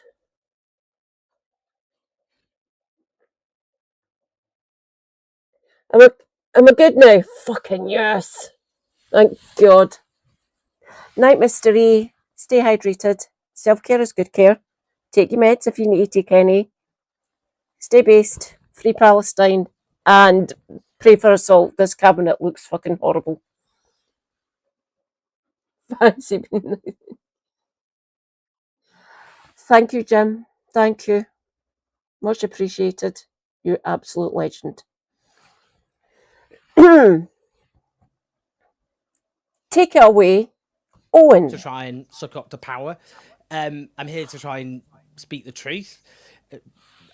With Keir Starmer, a lot of political journalism didn't see the red flags or decided to ignore the red flags when some of us could see them very clearly, which is why I'm going to do the same again. Doesn't mean it's going to end in the same way as Keir Starmer, but I am going to point out the red flags today. Now, Andy Burnham became Prime Minister with a speech promising the return of hope. It's about putting the right values and the right standards at the heart of government. I will put the care of people at the heart of everything I do.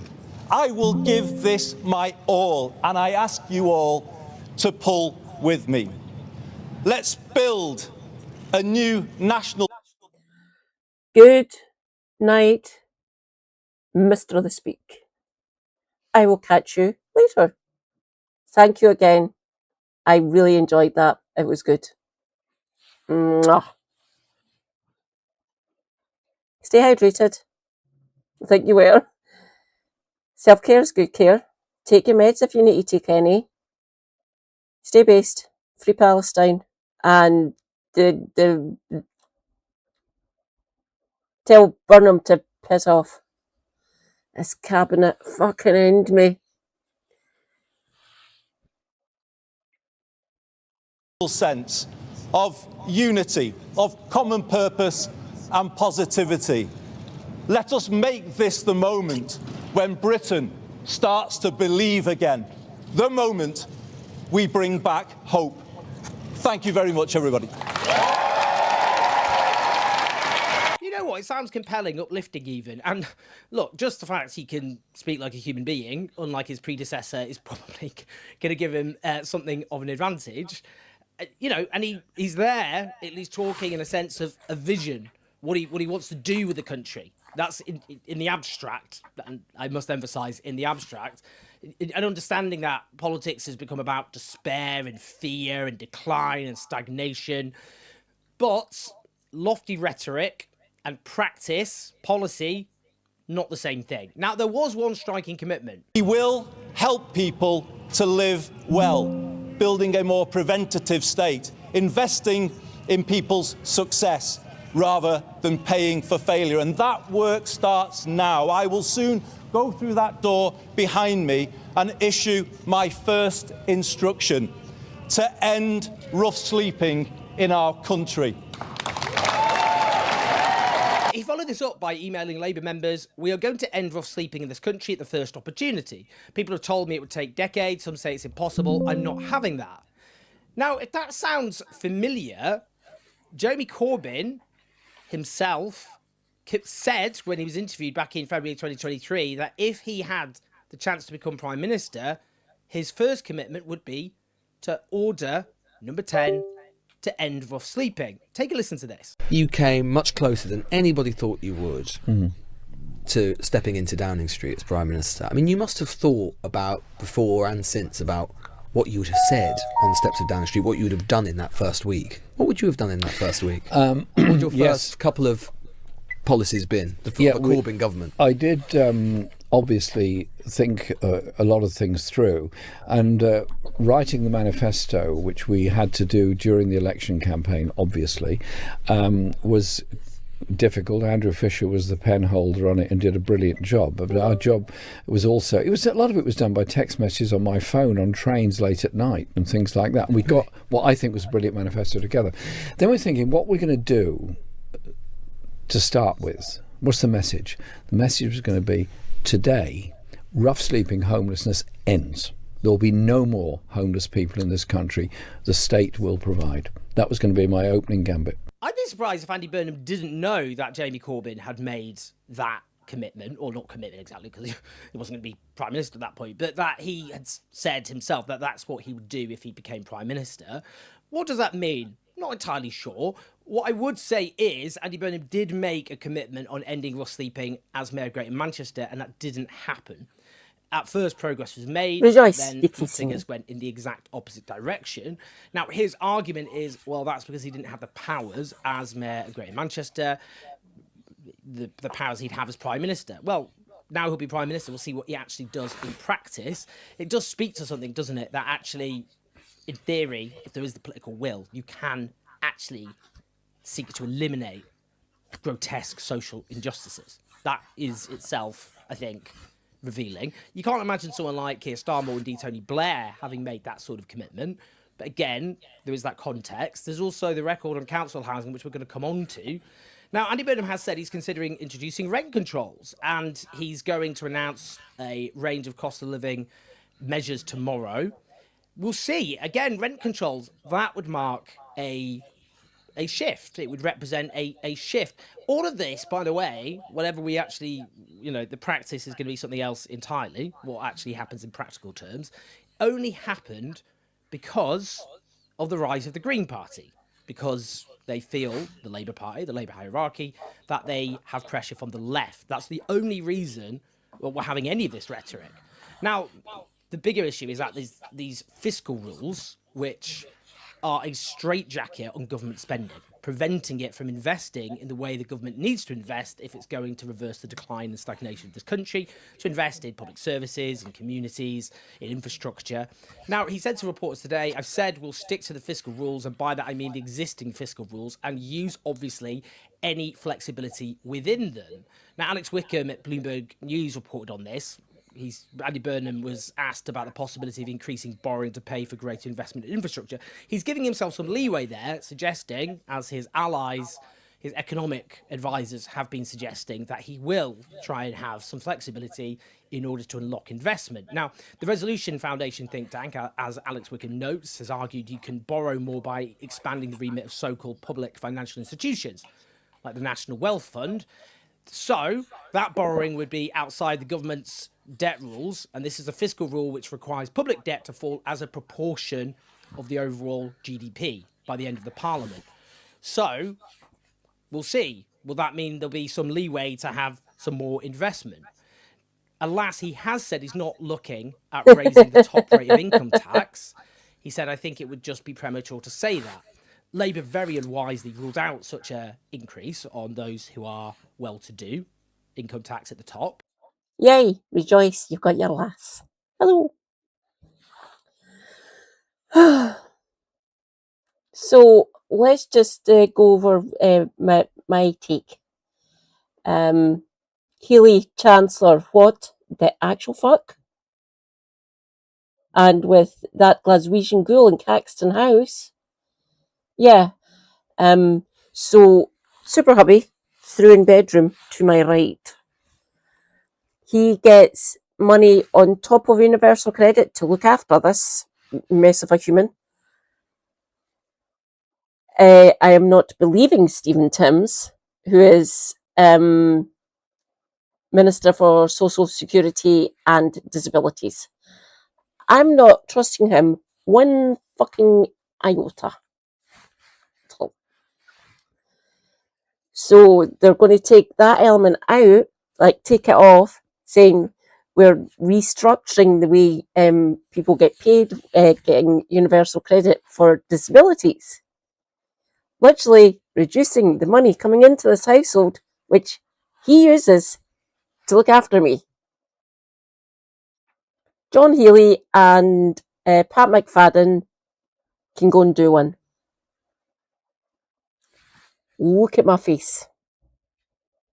Do not make me yell at the pair of yous. I've already been doing that with you, Timms, and fucking McFadden. So, yeah.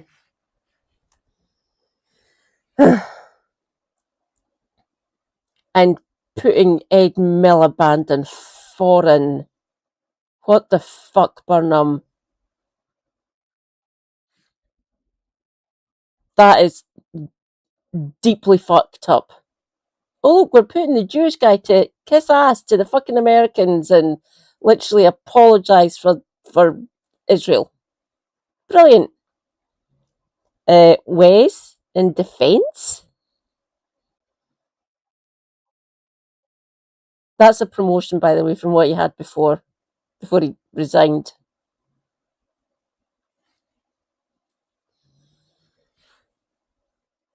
So, 4 great offices of state. Prime Minister, Chancellor, Home, and Defence. That's the 4 great offices of state. We've always had those.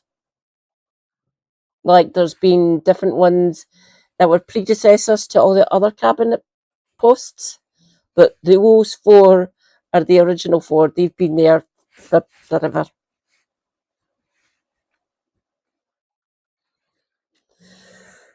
The fact that Shabana has survived there, but the other 3 have changed. So Burnham is PM, Ed is foreign and Wes, I repeat, odious little prick, is defence. That's going to be delightful, isn't it? Just put me out of misery, please. Be easier. Again, we need to tackle inequality, but we also need to tackle the fact that the wealthy are booming whilst others are struggling. Now, he went on a big sacking spree. David Lammy, Deputy Prime Minister and former Foreign Secretary, he's out on his ear. He's the guy who, in opposition, refused to condemn Israeli war crimes, supported Israel's genocidal onslaught, which he portrayed as self-defense, opposed the ceasefire for months, and claimed Israeli babies were raped on 7th of October, an example of the entirely false claims of heinous atrocities which were used in order to justify Israel's genocidal onslaught. Because when Israel was committing all those crimes, those who were defending the Israeli criminal genocidal onslaught would go, well, what about these babies who were raped? In order to basically allow people to support or to encourage people to support any crime. Because what's worse than people who rape and murder babies? Again, just despicable, absolutely despicable. It's incitement, essentially. As Foreign Secretary, served obviously in a government which continued to arm Israel, providing crucial components for F-35 jets, which rain death and destruction on the people of Gaza. Let's just listen to this clip from the start of the genocide. Do you support the order to move them or not? The order to move them? Well, clearly. Just yes or no? It's not a yes or no, Victoria. I'm hoping one day to be Foreign Secretary and a Chief Diplomat, so it's not a yes or no. Why not? Why not?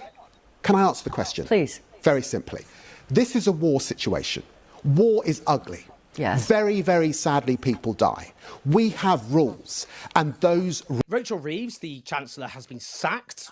She is someone who obviously came to power with, well, no vision at all for the country. A Labour advisor told me during the 2024 general election campaign, they said to me, Owen, people think that Keir and Rachel have this secret plan hidden in a drawer somewhere. They absolutely do not. Well, I can see that coming. They just thought, we're the grown-ups back in the room. We'll just be able to, we'll manage the economy and be the grown-ups and stability will return. We don't need a vision for the country. She did the attack on the winter fuel payments for pensioners because she thought that would win people's respect. That shows they're prepared to make tough decisions. And when politicians talk about taking tough decisions, they only ever mean kicking people who are struggling. They don't mean tough decisions like taking on the wealthy, vested interests, the powerful elites. They never mean, that's not what they mean by tough decisions. That winter fuel payment attack is pretty much the only thing she'll ever be remembered for. She overall failed to break from a broken economic model, including, of course, for example, taxing those who are booming like never before. Who else is out on the rear? Steve Reed, who is a right-wing factionalist. He was the Secretary of State for Housing, Communities and Local Government. One of their big signature policies, Starmer, was build, build, build. They were going to have a mass house building programme, and they failed abysmally with their targets. I mean, he kept saying build, baby, build, and completely failed to do so. Just an embarrassment. Other right-wingers who were also out, Peter Kyle, the Secretary of State for Business and Trade, and the Starmer sidekick, Darren Jones. Good riddance to all of these people. These are all people who were defined only by their antipathy to the left. They define themselves against the left. They have no vision for the country at all.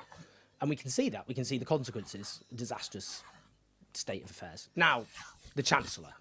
So, what I'd been briefed is that this was a fight between Ed Miliband and Shabana Mahmood. Shabana Mahmood is the Home Secretary who is introducing one of the harshest asylum and immigration systems in the whole of Europe.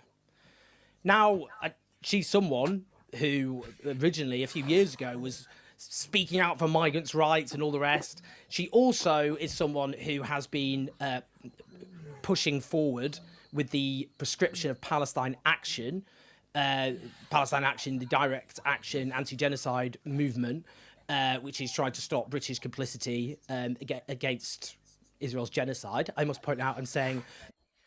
Yay! Thank you, Davinia, darling. Thank you. Thank you. Nice one. Yay! All sorted. Brilliant. I do remember some of the stuff that Shanna told me. Mm-hmm. Mm-hmm.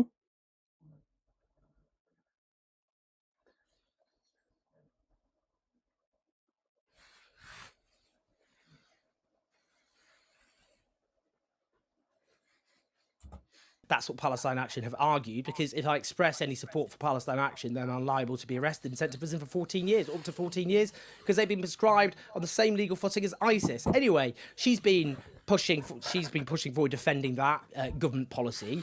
So the argument was it was going to be her or Ed Miliband. Now, Ed Miliband was former leader of the Labour Party, defeated in 2015, but then went on a journey. Doesn't have my politics, but went on a genuine, authentic journey, decided that the reason that he failed as Labour leader was that he wasn't courageous and bold and radical enough, and has sought to rectify that. And in his position in government, in terms of being charged with climate policy, he's the only cabinet minister who's actually had some sort of commitment to transformative domestic policies. Now, if he'd become Chancellor, I think this would be a genuinely quite interesting project that would be worth seriously engaging with. It was clear that wasn't going to happen, and that wasn't going to happen because it was basically the vested interests, business interests and so on, pushed back. And that doesn't bode well, does it? And it also doesn't bode well for the sense of Andy Burnham having a clear, compelling, coherent vision for what he wants to do with the country. Because Ed Miliband, you see, would have a clear sense of vision. Yay! I mean, he would actually be at one with Andy Burnham's commitment to end 4 decades of neoliberalism. He'd definitely be signed up to that. And he has a kind of ability to face down the bureaucracy of the Treasury. And the bureaucracy of the Treasury have caused horrific damage to this country. Back in the 1970s, quite notoriously, they got the figures completely wrong, overstating.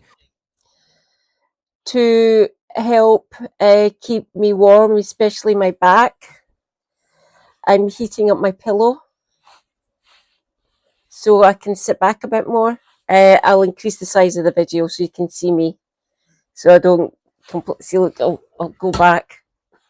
I'm a little bit small when I sit back, so I'm heating up my pillow using my hairdryer. The seriousness of the economic situation Britain faced in terms of its debt, leading to the notorious International Monetary Fund bailout, which was not actually necessary and involved imposing swinging spending cuts, which were not necessary. That was because of Treasury groupthink. They were there pushing forward in terms of austerity. They're constantly pushing against policies which would deal with the decline and stagnation of this country. Now, Ed Miliband would have been able to face those down. Well, look, neither of them have become Chancellor, and instead it's gone to John Healey. He's the former Defence Secretary who resigned over defence spending.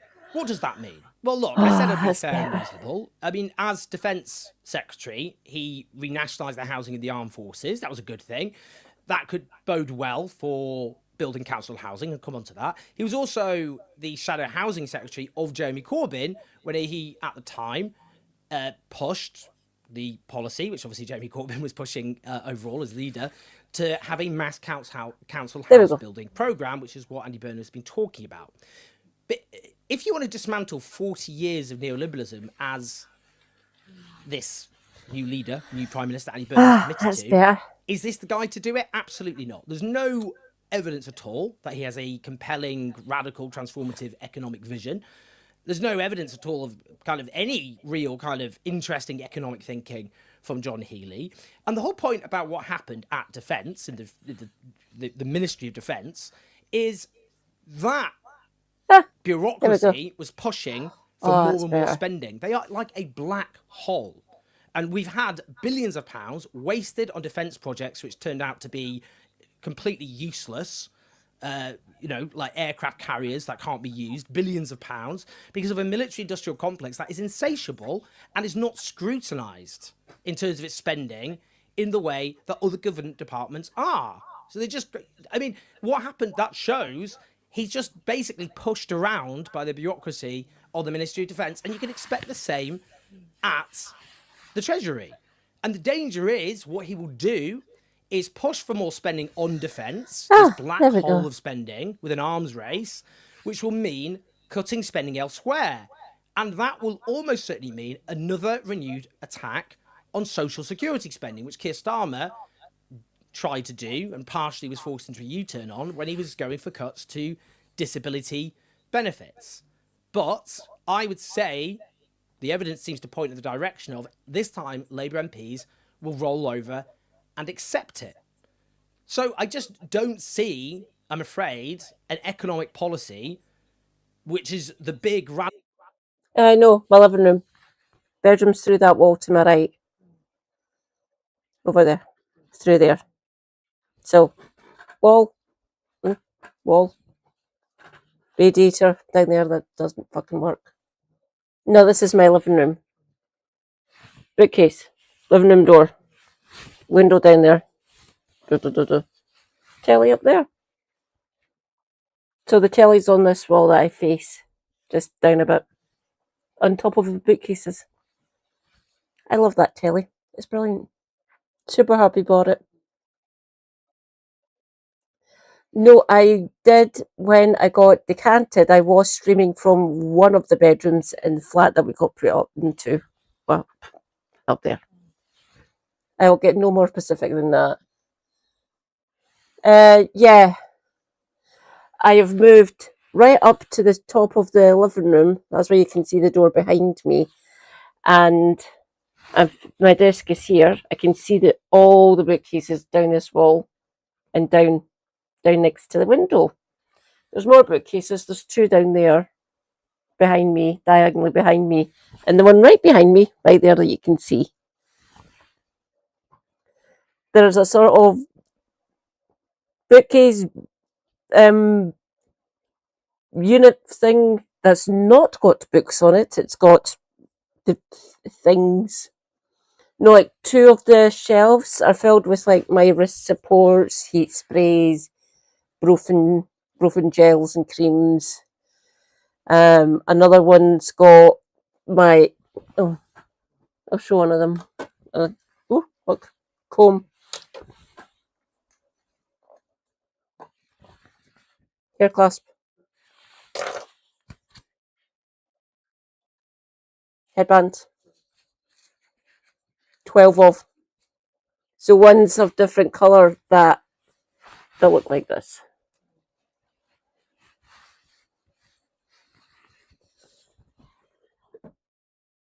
Then the next one's got like my medicine box and my main medicine bag. With a Healing Coup sticker on it. And other things. K-tape. The covers for our digital thermometer, micropore, plasters, first aid kit. Then then two stationary ones with like writing paper, pens, pencils, things like that. So the main one that I use is basically arm's reach to get all my hair stuff. And I've still got another bag with bigger hair clasps and little cans of hairspray. Right, I'll get one of them. Where is it?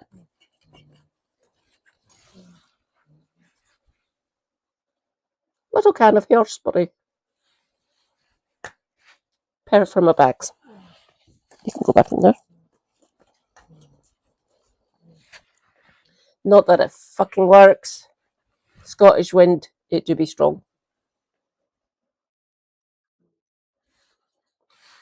Radical break from neoliberalism that Andy Burnham promised, being led by this man, even if he's supposed to be the yes man to Andy Burnham and his economic advisors, not least Lord O'Neill. We'll talk more another time about Lord O'Neill. Now, the question about council housing is really interesting because Andy Burnham has committed to a mass council housing building programme. Alas, when he became Mayor of Greater Manchester, when he was re-elected in May 2024, he wrote an article promising 10,000 council homes to be built And to date, guess how many have been built? So that's over 2 years ago. 10. 10.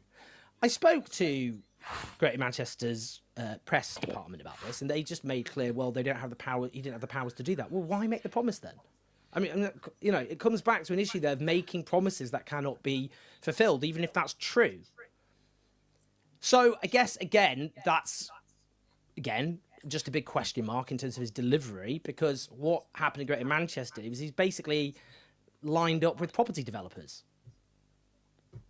particularly one property developer. Now, even though Ed Miliband hasn't been made Chancellor, which is a big red flag, that would have been, as I've said, interesting. He's been made Foreign Secretary. That's an upgrade in terms of Foreign Secretary. No question about that at all. It's an upgrade compared to Yvette Cooper and David Lammy. When he was leader, despite, as he went on to accept, his overall lack of boldness and radicalism as leader, he actually at the time whipped Labour MPs to support a Palestinian state. And that at the time caused outrage. I mean, it's completely ridiculous and disgusting. But so many Labour MPs were fuming about it. And a big post-2015 election discussion was about how Jewish voters had been alienated under Labour, the Labour leadership of the first and only Jewish Labour leader, Ed Miliband, who would have been a Jewish prime minister, the only prime minister to consider himself Jewish, because, you know, we did have such a man in the 19th century who didn't regard himself as Jewish. It doesn't count. But in the same way. But, you know, that showed that at least he was willing to face down on an issue the pro-Israel lobby within his own party. And I think on questions like Israel and on the question of war... I think Owen is alluding to Disraeli.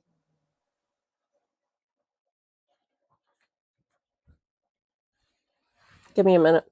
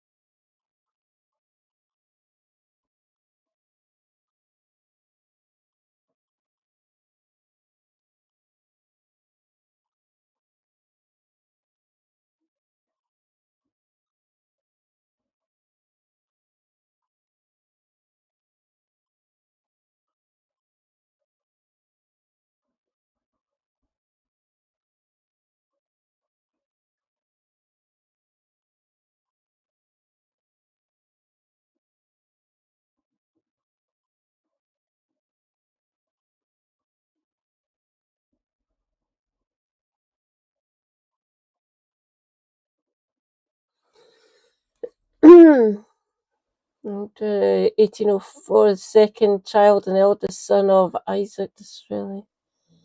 The family was of Sephardic mercantile background, had some Ashkenazi ancestors. So he must have been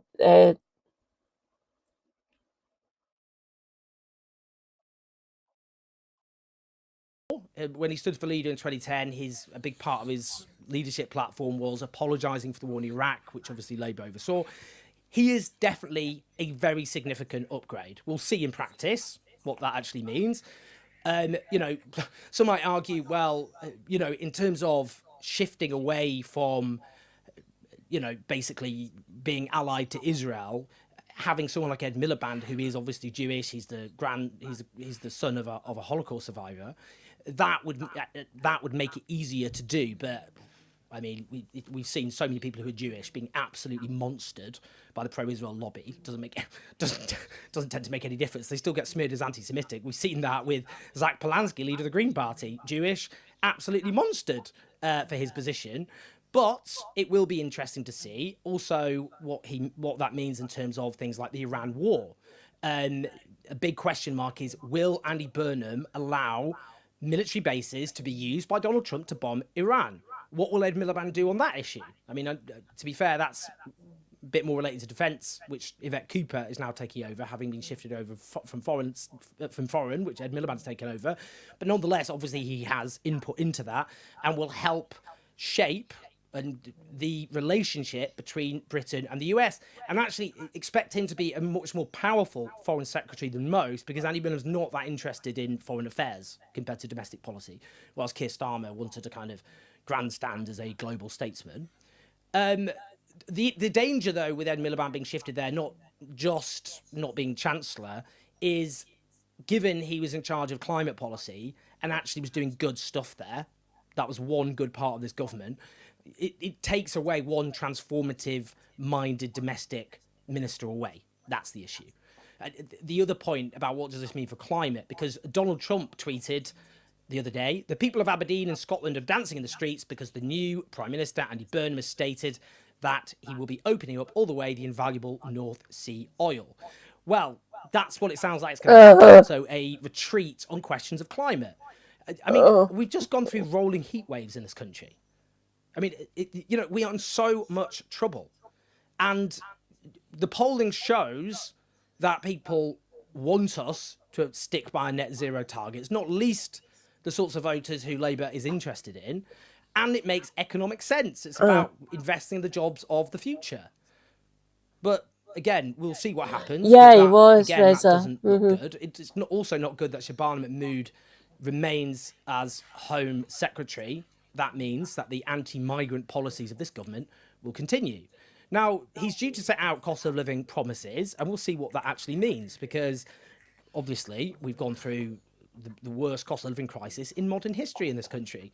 Wages have been squeezed for the longest period since the Battle of Waterloo. Millions of people are no better off than they were about 2 decades ago in this country. And it's an absolute calamitous situation we're in. But that can only, these cost of living promises, the commitments he's going to make, must meet a break with a broken economic order. Without that, it's not going to work. And again, we'll see what those promises are. But with who we've got now as Chancellor, well, look, I'm not here to say what people, want me to say or to make people feel better. I'm here to speak the truth. And I would say, down the line, I think people will look back at his decision to appoint John Healey as Chancellor as a big, big mistake. A huge, colossal mistake, which put a brake on transformative policies which this country desperately needs. And makes it extremely difficult for Andy Burnham to realise the huge commitment that he's making, which is to end 4 decades of neoliberalism. He will not be able to do that with this cabinet. That is my take.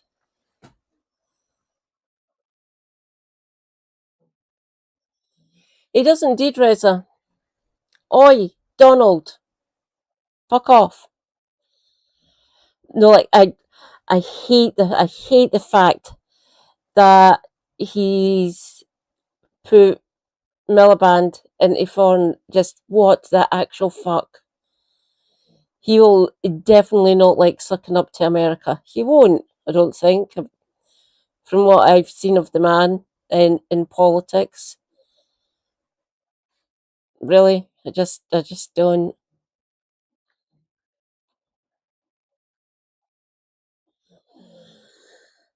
What's everyone else's take on how this cabinet looks? I'm not liking it. The fact that Douglas Alexander and Pat McFadden are still there, I'm well angry.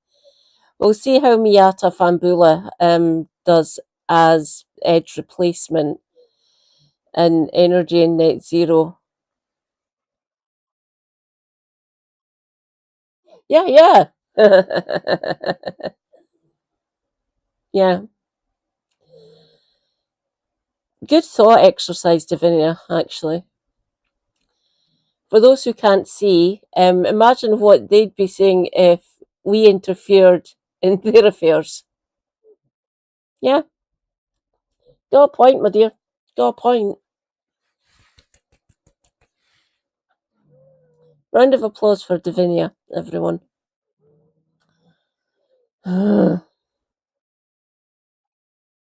Help me, chat. I'm losing my mind here. I will be keeping a close eye on this cabinet, oddly enough. Politics nerd. I can't believe he's made fucking Angela Eagle, or Dame Angela Eagle's fucking Defra. What the actual fuck?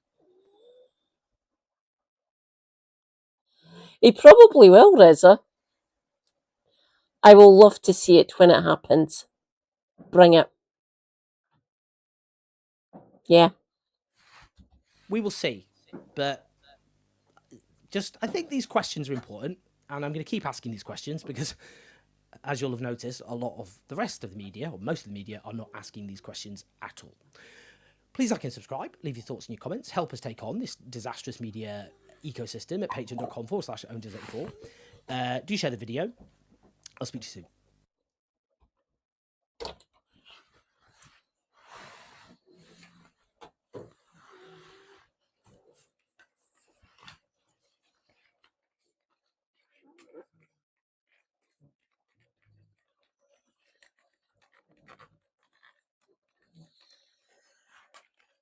Right.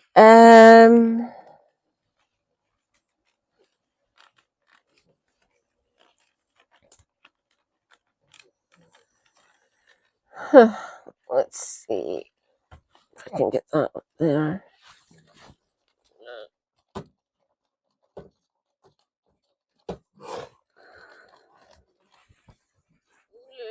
Go. You got it? Right, there we go.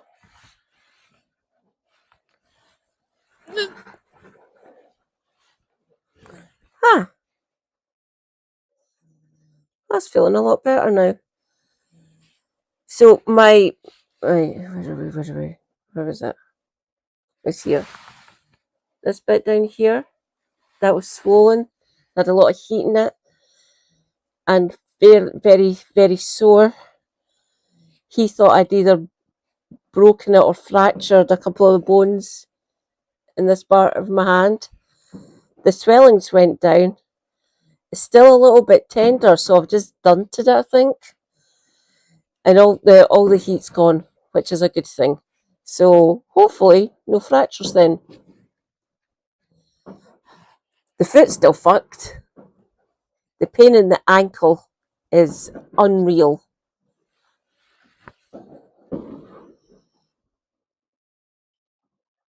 He'd gain popularity if he bikes back at him. True, Reza.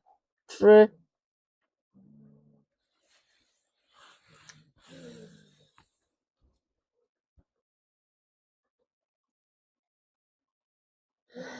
Oh, Reza. Yeah, fingers crossed. Hmm.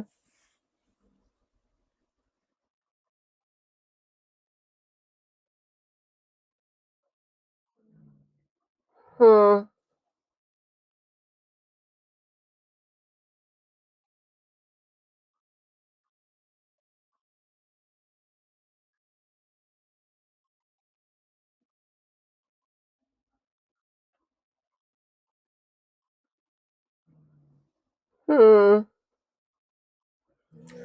I am happy to... I'm hoping your pain goes away. Thank you, Reza. I know my foot and my ankle are swollen to fuck. Yous are not going to get to see it. I'm not going to show you it. No. It's not. No. No one needs to see the size of my fucking foot. I will. If anyone's got any questions about it, feel free to put them in the chat. I can explain what's going on there, to the best of my knowledge, at least. Obviously, not a doctor, but I know what I go through. Been dealing with these fucking issues for nigh on 30 years. Well, over 30 years, actually. I got diagnosed when I was 11. 10? 11? 11. I got diagnosed when I was 11. So, 36 years. Fun times. Fun times.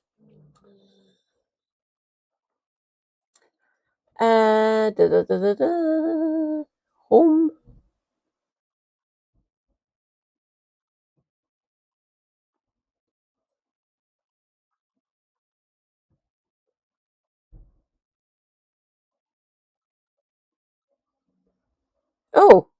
Cody.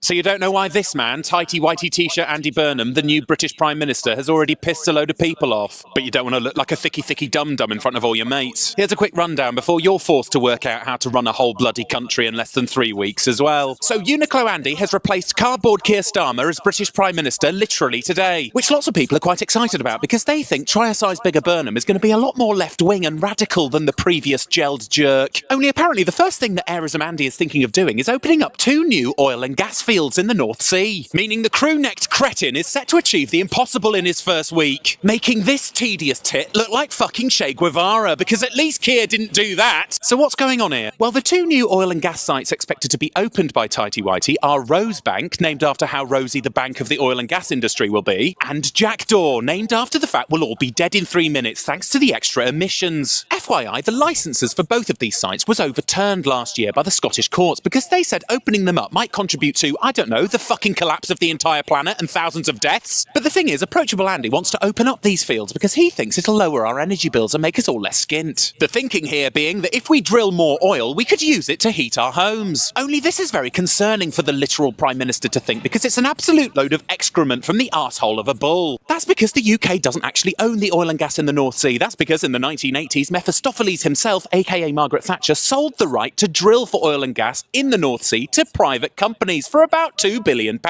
Since then, the oil and gas companies have made about £400 billion. Nice maths, Satan. Now, the reason the oil and gas companies make so much money is because they sell the oil and gas they drill on the international markets. That's because they can make the most money from it there, because every country in the world bids for the yummy black muck. Think of it as a kind of evil eBay. Now, of course, the oil and gas bosses like Neil McCulloch, who's the chief executive of Adura, the largest independent oil and gas extractor in the North Sea, say that opening up the sites will generate billions of pounds in taxes on the profits generated. Only the oil and gas companies have a sneaky history of not paying their taxes. For example, between 2018 and 2020, BP and Shell paid no tax, literally zero tax on their profits, bastards. Oh, and The Guardian also conducted some analysis that showed that all of the oil and gas licenses granted over the last 14 years have generated just 36 days of gas. Oh, and opening up Jackdaw would create just 27 jobs because the fucking thing's remotely operated. So why is the eyebrowed idiot thinking of opening up more oil and gas fields if it won't make a difference to our bills? Because this is what happens when you give a man control of an entire nation with just 3 weeks prep. Corporate interests like the oil and gas industry swoop in and make the policies for you. If only Andy Burnham took a leaf out of the former mayor of Manchester's book, a man who championed state-of-the-art technology that could capture energy generated by renewables. Who was the former mayor of Manchester again? Oh yeah, Andy fucking Burnham. The corporate lobbyists got to you quick, didn't they, Andy? So you don't know why this man, tighty-whitey t... They are mature basins. It's going to take billions, I repeat, billions to extract the fucking shit.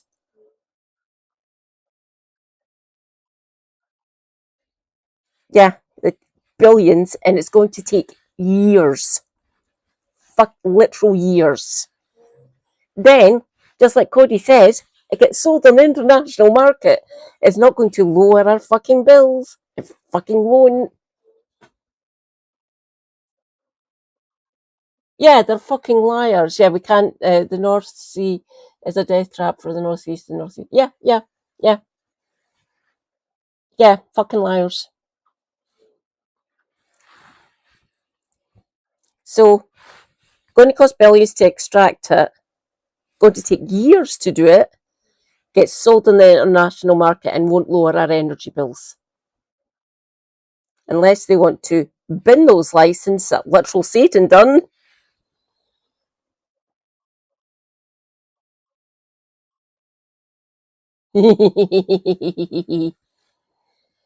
If they're hell-bent on fucking doing that drilling, I will swell up to Jackdaw and Rosebank. So Rosebank's oil and Jackdaw's natural gas. I can't remember what one's lower. One of them's lower than the other one. Rosebank, there's less oil. We can still extract the natural gas. There's a little bit more of it, but there's still the fucking mature, the fucking deep. Hence the billions in the number of years it's going to fucking take.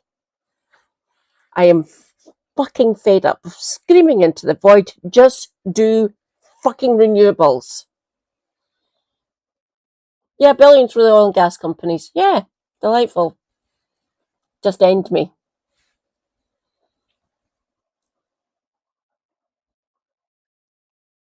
I can hear evil laughs from the pits of hell. So can I, Reza. So can I. Oh God, yeah, yes, of course we will, Davinia. We'll pay for it in one way or another. Plus climate crisis. And yeah, it was the Scottish courts, by the way. I forgot about that bit. They didn't do they didn't do the check to see, right, they checked, oh, yeah, we shouldn't be doing it because it will raise our emissions up. But what they didn't do was check to see if it would raise global emissions up. And guess what? Yes, it will. I wasn't aware there was any Spanish people here in the north of Glasgow. I can hear fireworks outside. So the window's down there. At 1 o'clock in the fucking morning. What the F are you doing?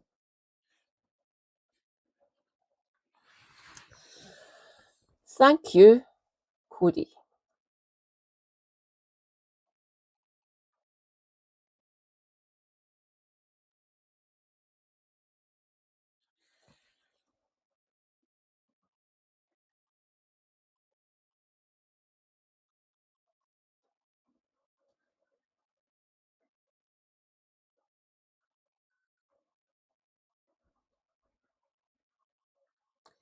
The masses just get scammed constantly. I love how they completely ignore the climate like it's a market thing you can just ignore. Yep, they don't give a fuck. Correct, Reza, unfortunately. No! Mm-mm-mm.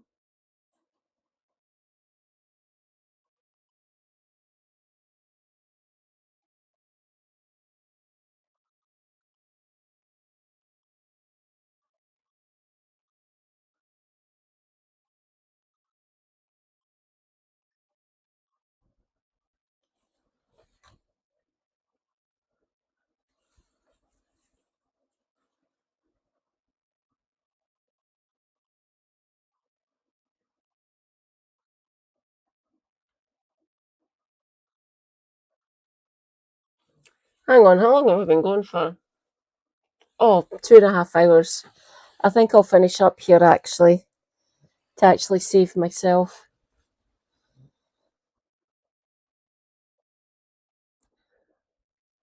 Right, let's see who we can rate. Sorry, YouTube. I do apologise. I can't read out yet on YouTube.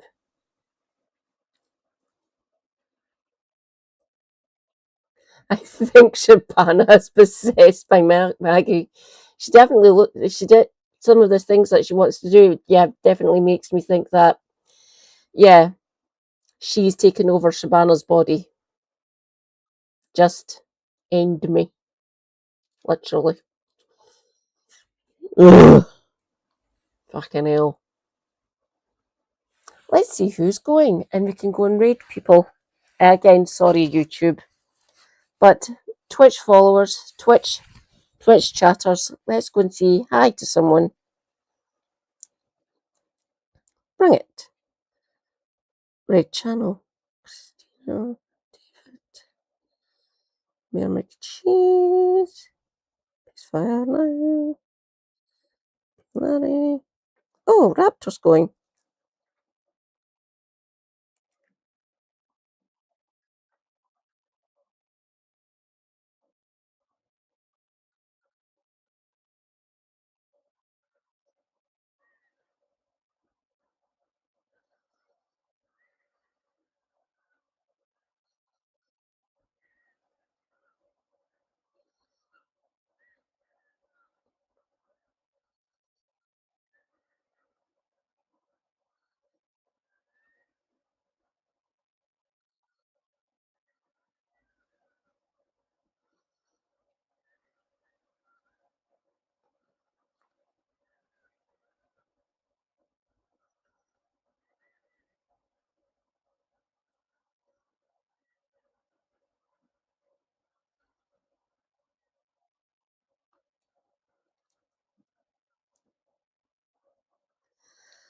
let us go and say hello. Where is he? To Raptor, shall we? Thank you. I will sleep well, Davinia, my dear. Thank you for the thank you for you're welcome. Had to cover what was happening today, didn't I? Just to punish you all and to punish myself. And absolutely lose my mind with the cabinet picks. Like, what the fuck are you doing, Burnham? Really, Burnham. But Burnham, can you hear me? The two main ones I wanted rid of. Nope, they're still there. McFadden and Alexander Douglas, not Heidi. So, yeah, fun times. Your lass will be keeping an eye on this situation. See how he does. He will have an adjustment period, which Jim was saying earlier on, 18 months. Seems reasonable. Seems reasonable. Mwah. Thank you, everyone. Stay hydrated. Self-care is good care. Take your meds. Stay based. Free Palestine, and come back to your lass as she follows this cabinet.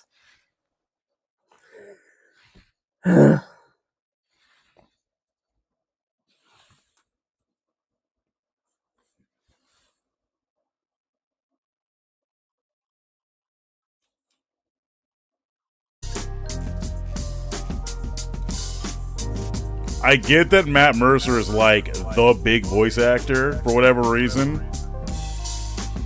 but we need other people to voice act as well. Madkat, thank you for the raid.